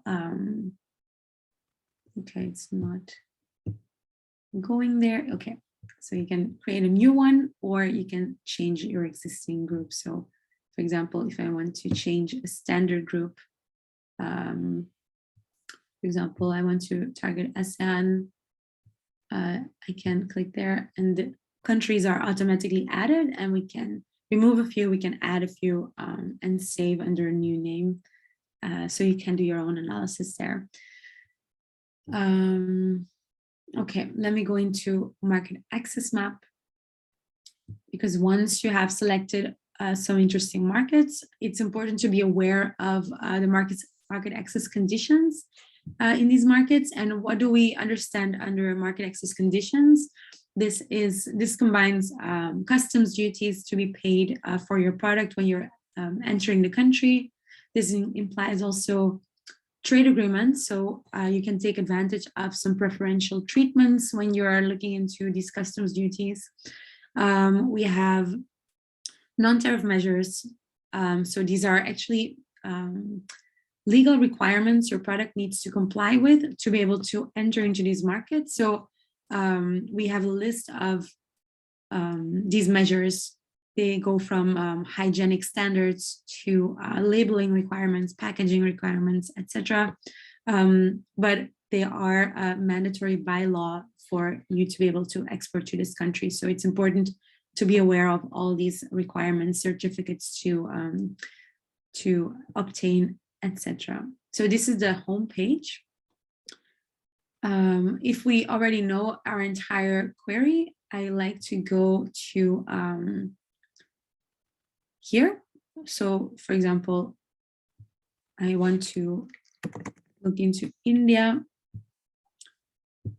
destination country, United States, for example, for 610910. It also has an advanced product search, but normally by the time you get here, I already got my product code and potential.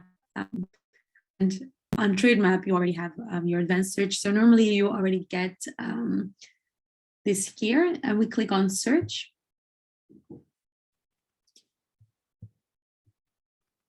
It takes some time. And as I mentioned, tariffs are levied on a national tariff line level. So automatically you get all the codes, national tariff line codes that are available for your destination markets for the importer you filled out. So you see that the US here does not separate these t-shirts into more details and just added 2 zeros after its HS6 code. So we are lucky here.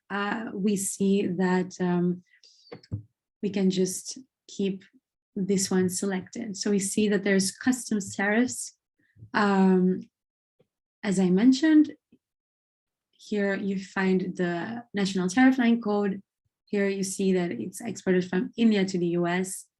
You can see which year this the latest information was added, the revision we are looking at of this code, and the source. And we see here that the MFN duties was 16.5%. So what does MFN mean? This is the acronym for most favored nations tariffs. So this is a duty that your destination market promises to all to keep the same for all WTO members that are exporting this product to the US in this case. So the US will never ask another country that is part of the WTO to pay more than the 16.5%. So it's called most favored nation. So whenever you give a favor to one country, you have to give the same favor to all other member states. The only exception to this rule is whenever there is an agreed upon trade agreement where a country gets some benefits or some preferences, a region gets some benefits and gets a lower tariff due to this trade agreement, but that's the only way a country can get a reduced customs duty. So in this case, there is no tariff trade agreement in place for the United States. So India would pay this MFN duty of 16.5%. I will show you another example in a second. I just want to quickly show you what is available on this homepage. So if there is a trade remedy in place, you will see it here. But for India to the US for this product, there is no trade remedy.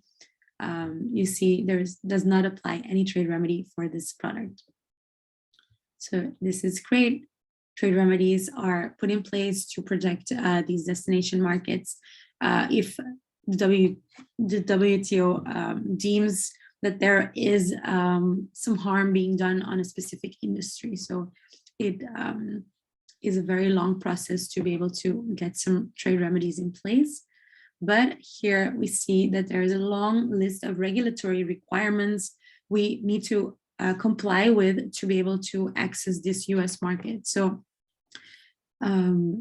we collect this ourselves and try to be as transparent as possible, because the intention of these regulatory requirements is to protect human health, to protect plant life, to protect quality, etc. It's not the intent for this to be a hurdle in the process. So the more transparency, the better these requirements are in protecting people and not obstructing trade, international trade. So you can click them open. You can see, for example, there is a restricted use of certain substances. You can click on this plus, so you can look more into detail what these legislations are about, who is implementing this. Consumer Product Safety Commission of the US, apparently. And you find a link if you need more information, if you need to figure out which certifications necessary, etc. So here again, they're banning some lead-containing paint. There are some requirements on labeling in this case, which is almost in each case required. Product identity requirements and many more. So there's some import requirements on the specific products that we're looking at, but you also find some requirements on all goods that are coming in. So cold heat treatments, not entirely sure what this means, but it's also, again, to protect animal and plant health, fumigation, prohibition of non-economic reasons. I'm not sure what that is, but there's always a link available for more information there.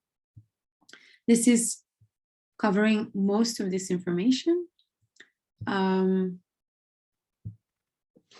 So if we change this destination country, for example, to the Netherlands,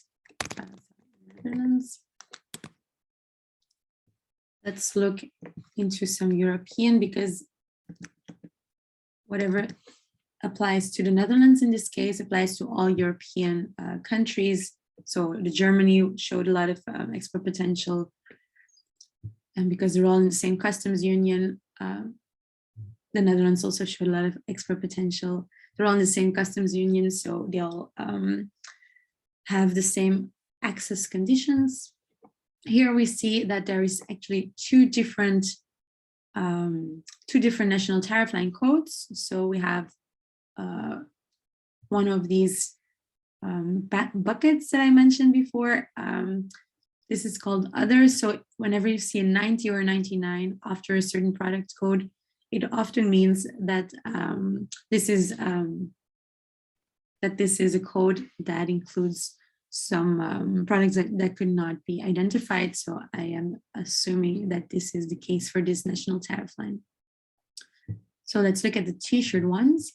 And here we do see that other than the MFN duties that the Netherlands applies to all WTO members of 12%, there are some preferences for GSP countries. So it's countries that are eligible for the generalized system of preferences where they can benefit from a lower tariff for the European Union. And we can look into this trade agreement details when we click on this little arrow down here, and you find some more information. So since when is it enforced, who is enforcing it? It's a non-reciprocal arrangement, etc. And then we actually show you the chapters on origins, the rules of origin. So actually, these are the rules to be able to prove that your product is from India. So you need to comply with these rules to be able to show that the identity of these t-shirts is Indian. So there are rules about how much fabric needs to be of Indian origin, etc. So these rules you find here in this text, as well as the certificate of origin for you to be able to prove this and enter into the European market. So then you can benefit from this 9.60% preferential tariff. We can actually also compare how our competitors are being treated in the same market. So we have a button here which is access, and you can go into these customs tariffs more deeply. If you want to look into trade remedies, you can look into the trade remedies here, or in export and import requirements. But it's very similar to this homepage. So I jump now to our compare module, which allows you to compare markets or competitors. So let's start with markets. Just to have an idea whether my main destination markets and potential markets are giving me some preferences there. So India is an exporter, destination country all. We have our product of 610910 t-shirts. Sorry.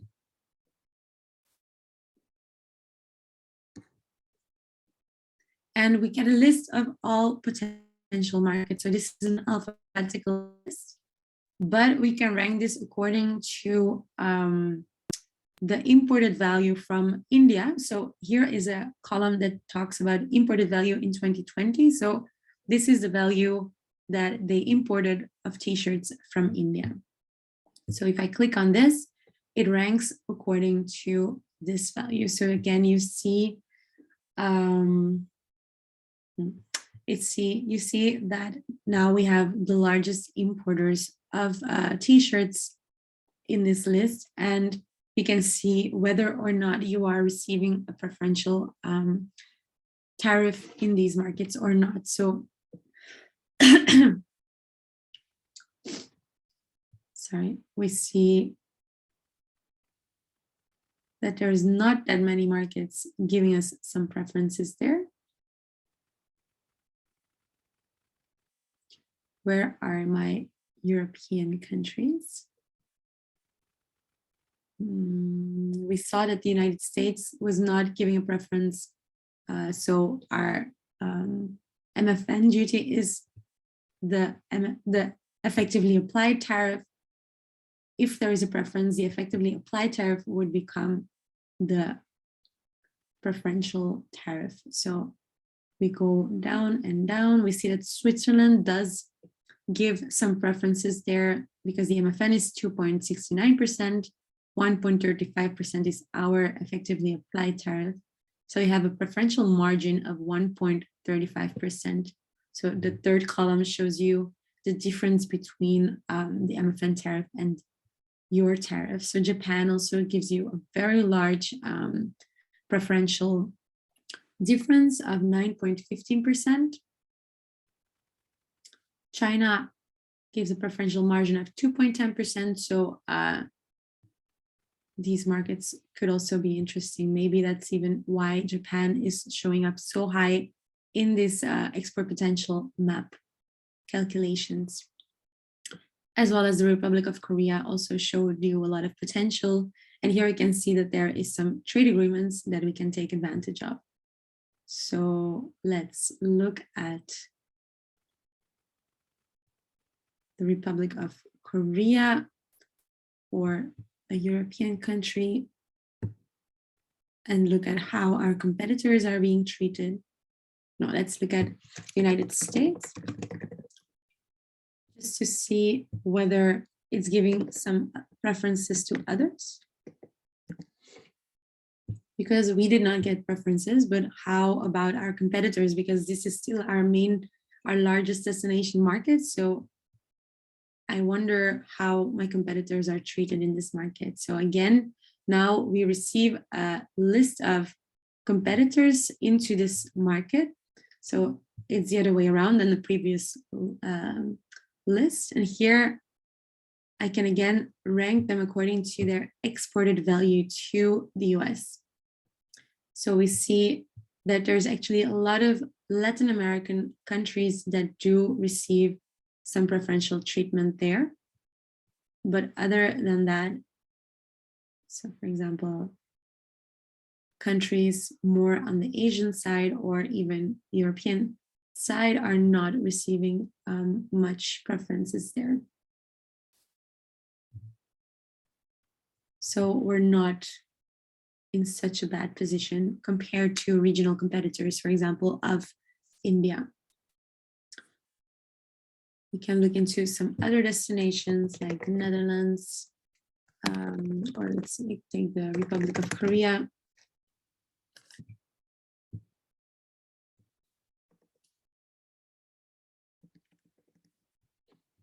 Because there we did have a very large preferential agreement. So we again ranked this according to the exported value in 2020. And now we see the top exporters of t-shirts to the Republic of Korea. So we have China, Vietnam. So we do see that there's actually a lot of other countries that have the same preferences as us. But for example, Pakistan does not get this preferential trade treatment. Japan either, Mexico either. So yeah, this is quite interesting to look at. We see here India is a part of this list of 0%. If you're curious, because this list does not give you which trade agreement you can take advantage of, it only gives you the average tariff of this HS6 code.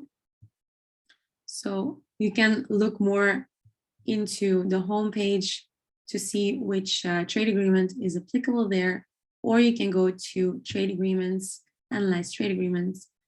You click on India as an exporter, and you can actually find all India's trade agreements in force or in negotiation if you click this in the other direction. And you get a list of all the trade agreements of India as an exporter. So I think this is also quite an interesting page there. I want to know if there's more questions about market access map.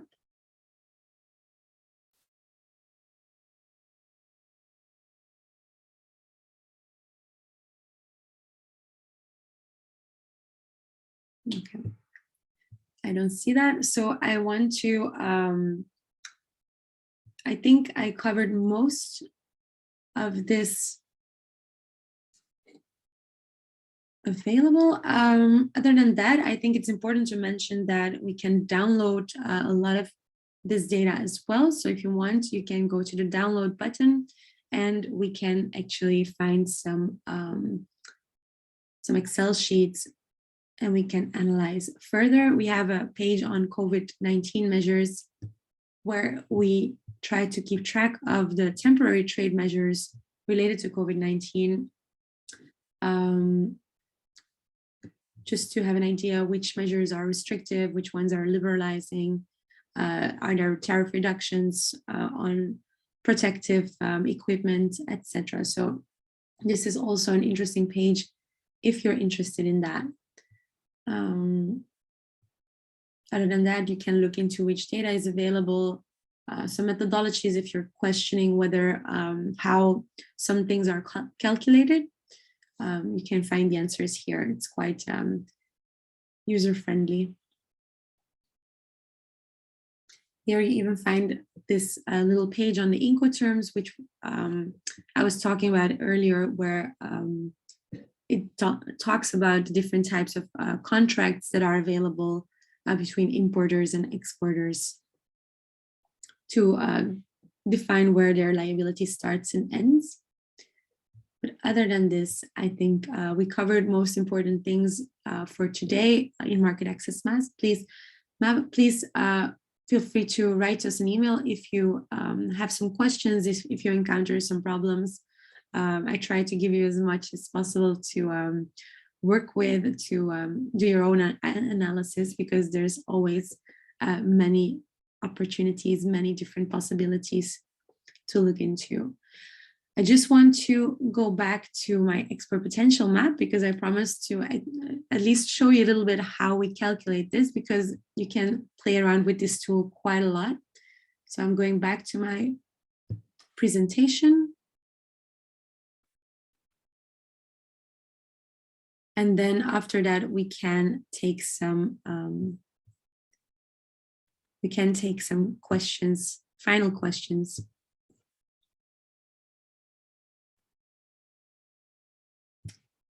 Okay, bear with me. I am trying to find my screen here.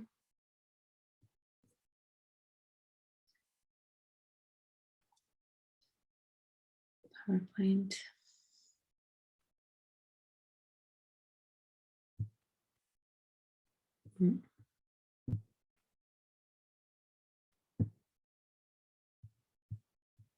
All right.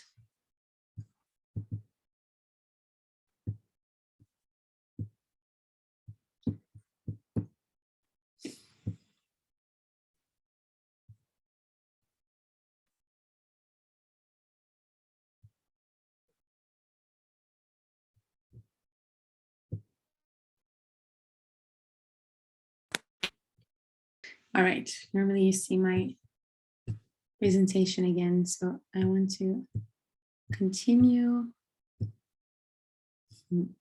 Let me stop my share quickly, because we've already covered all this. And I want to go directly into my export potential map just to close it off, so you understand better how we calculate this and how you can interpret these results. So.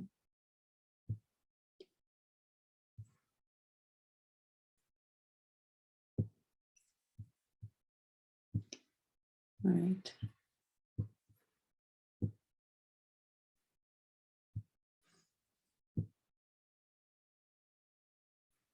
Okay, so as you saw before, this is the homepage of Export Potential Map, and it identifies products, markets, and suppliers with export potential, and discover even new products with favorable chances to diversify into.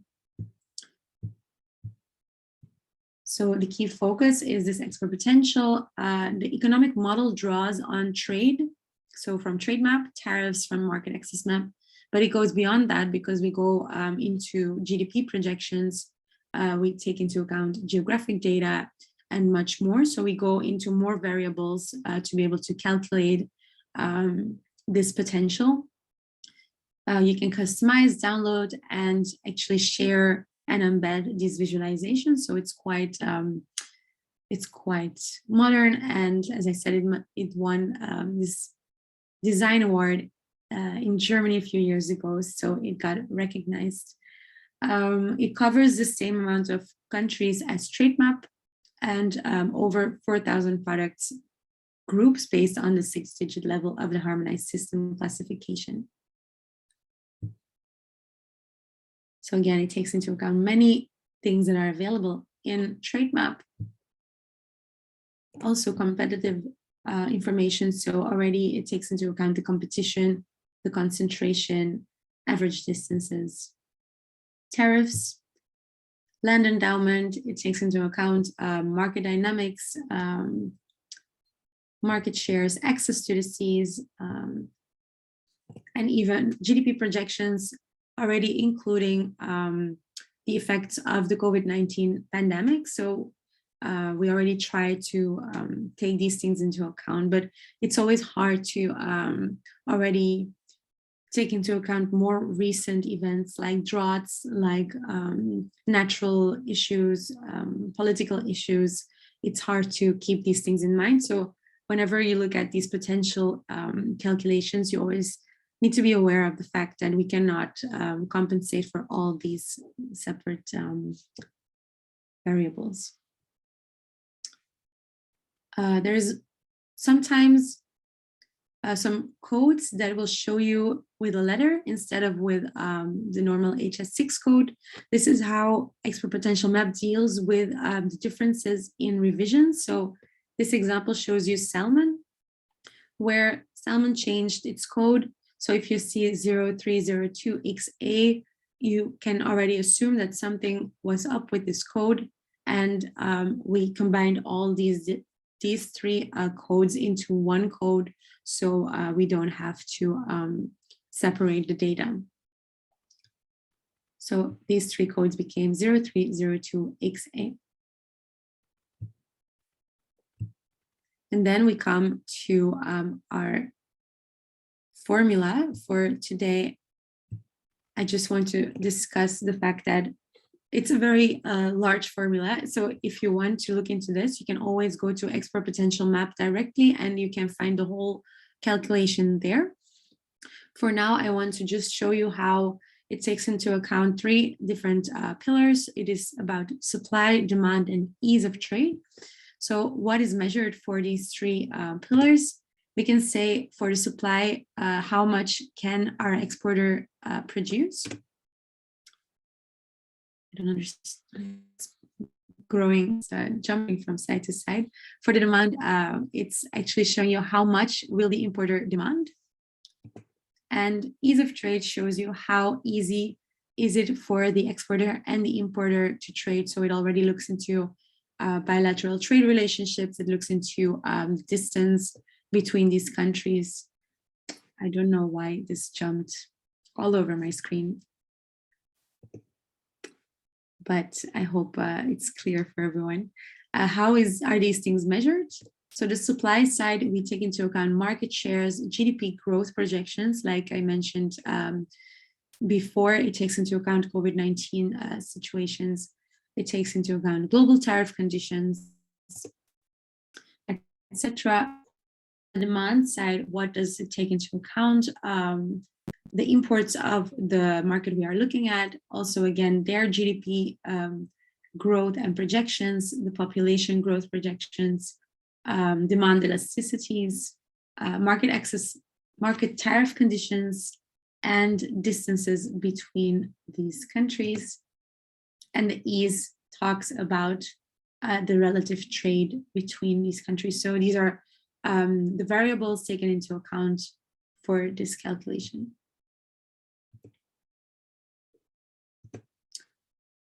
One little last thing to say, because sometimes you will see a dotted line on export potential map. A dotted line instead of a full line like we saw before. This means that our calculations are actually lower than the actual export. So the country is already doing better in this market than our calculations would suggest. So actually the country must be doing something very right that our variables cannot take into account. But in that case, you will see a dotted line. So that means that our actual exports are already far beyond the potential calculation. So it doesn't mean that you don't need to focus on this market anymore, not on or on this product. It just means that you're already doing very well in whatever you are doing there. But why do I say this? It is important to keep in mind that we do not take negative numbers into our calculations. So when we aggregate data, we will take a 0 instead of a negative number. So sometimes when we aggregate things, you will see that not everything adds up as a simple math equation. It's just that we do not take the negative numbers whenever our potential is lower than the actual exports. We just take 0 instead of negative numbers. So I want to just have a last question. Sorry, a last question. What do you think are potential drivers of, sorry, I'm asking this question differently in the poll. But the question goes, what factors could help countries reach their export potential? Is it optimizing value chains? Is it reporting and solve burdensome non-tariff barriers? Is it having access to information on rules and procedures to reach destination markets? Transparent information on export opportunities? Easy to find contact information, or others? This is a multiple choice, so you can click on multiple answers there.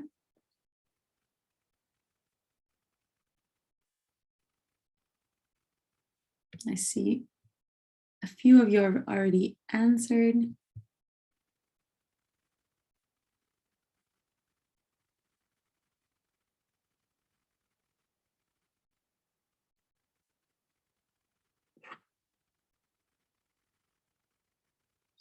All right, let me end this poll because I see that people do agree that most of these,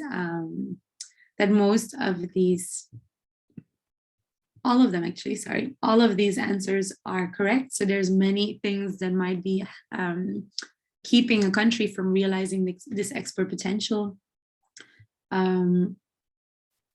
Here in this slide, you can see that, for example, this unrealized potential might be because of our projections of GDP growth. So this is actually a positive reason why there is unrealized potential, but there might be some things that could be done to also get rid of this potential that needs to be realized. So companies might have difficulties to comply with non-tariff measures. There might be some misalignment of supply with price and quality preferences. It might be hard to find buyers in the target market. There might be some reasons of seasonality that we have not taken into account yet, etc. So market intelligence can definitely help you in this search. I'm going to finish my presentation here because I've already run out of time. I just wanted to give a last moment for questions. If you have any, I see that Sam already managed to answer a lot in the chat. So in an ideal world, everything is clear now.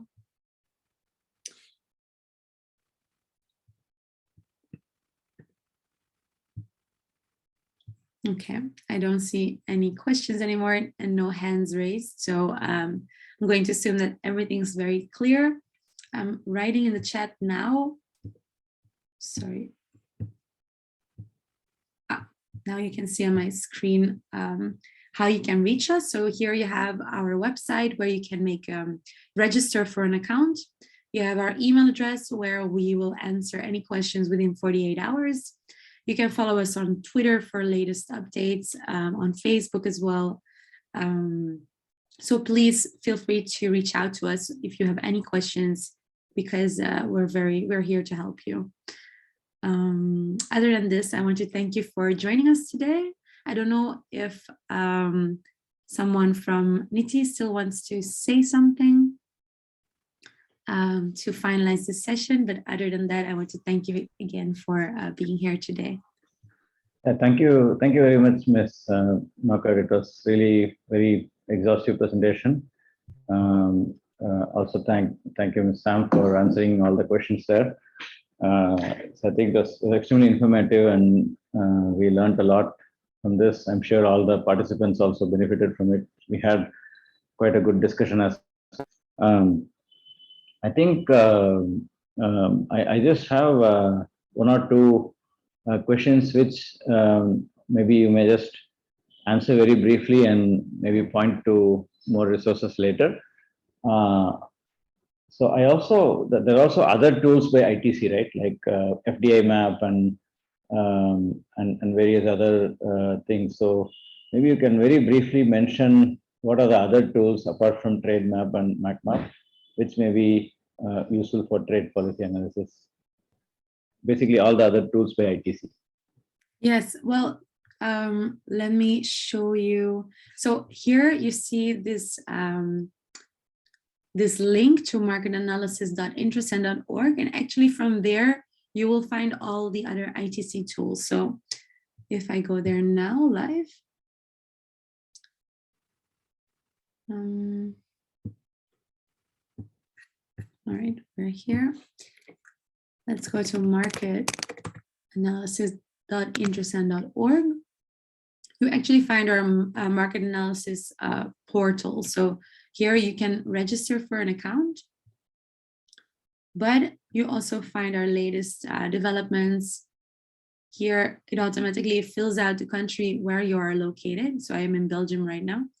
And you find Trademap, Market Access Map, and Export Potential Map already show you a little bit the information that is available in the tools. But then when you scroll down, you find some more information. So here you find a direct link to Market Price Information Portal. You can find a direct link to the Global Trade Help Desk as well, which is also very user-friendly for small businesses and exporters. But here you find Investment Map, Procurement Map, the Rules of Origin Facilitators, so you can actually put different trade agreements next to each other to analyze their different rules of origin.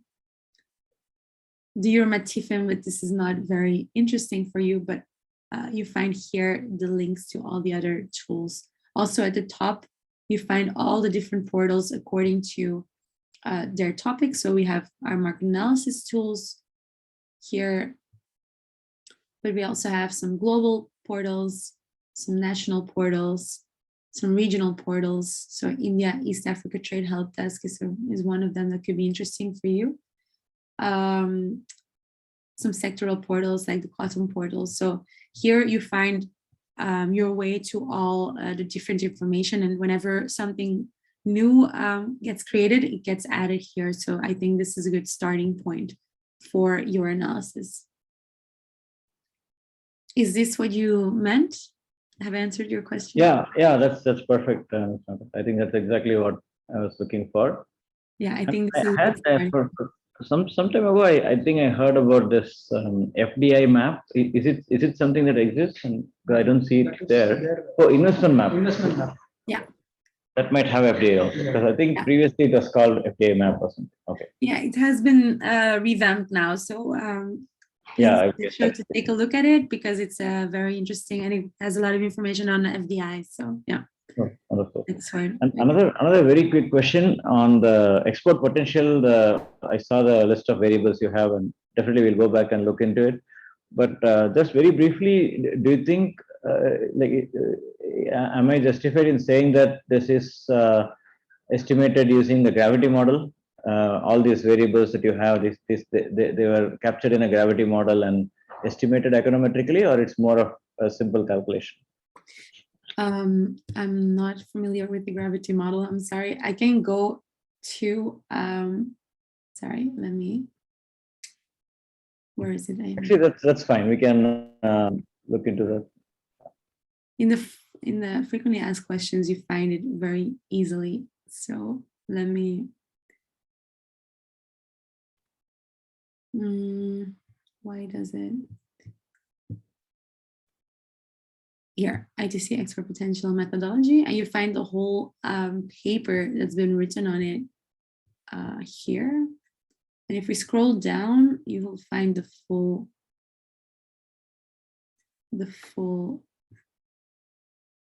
here. So you find the whole model there. Yeah, here we are with assumptions, etc. So yeah, I think it's better to go through this some more technical questions, and then if you have some questions for the team, because we have an experts team on this, I invite you to just email us. So yeah, you have a more detailed answer than this. Thank you. Oh, this is very comprehensive. Thank you so much. We'll take a look at this, and if you have questions, we'll get back. But thank you very much again. This was really a wonderful session. We all benefited a lot, and I'm sure this will go a long way to enhance capacity in trade policy research in India. So thank you very much again. I really appreciate your time. I'm looking forward to many more collaborations. Thank you so much for having me, and have a wonderful evening there. Thank you. Thank you. Bye. कुछ Prince की लिया आपने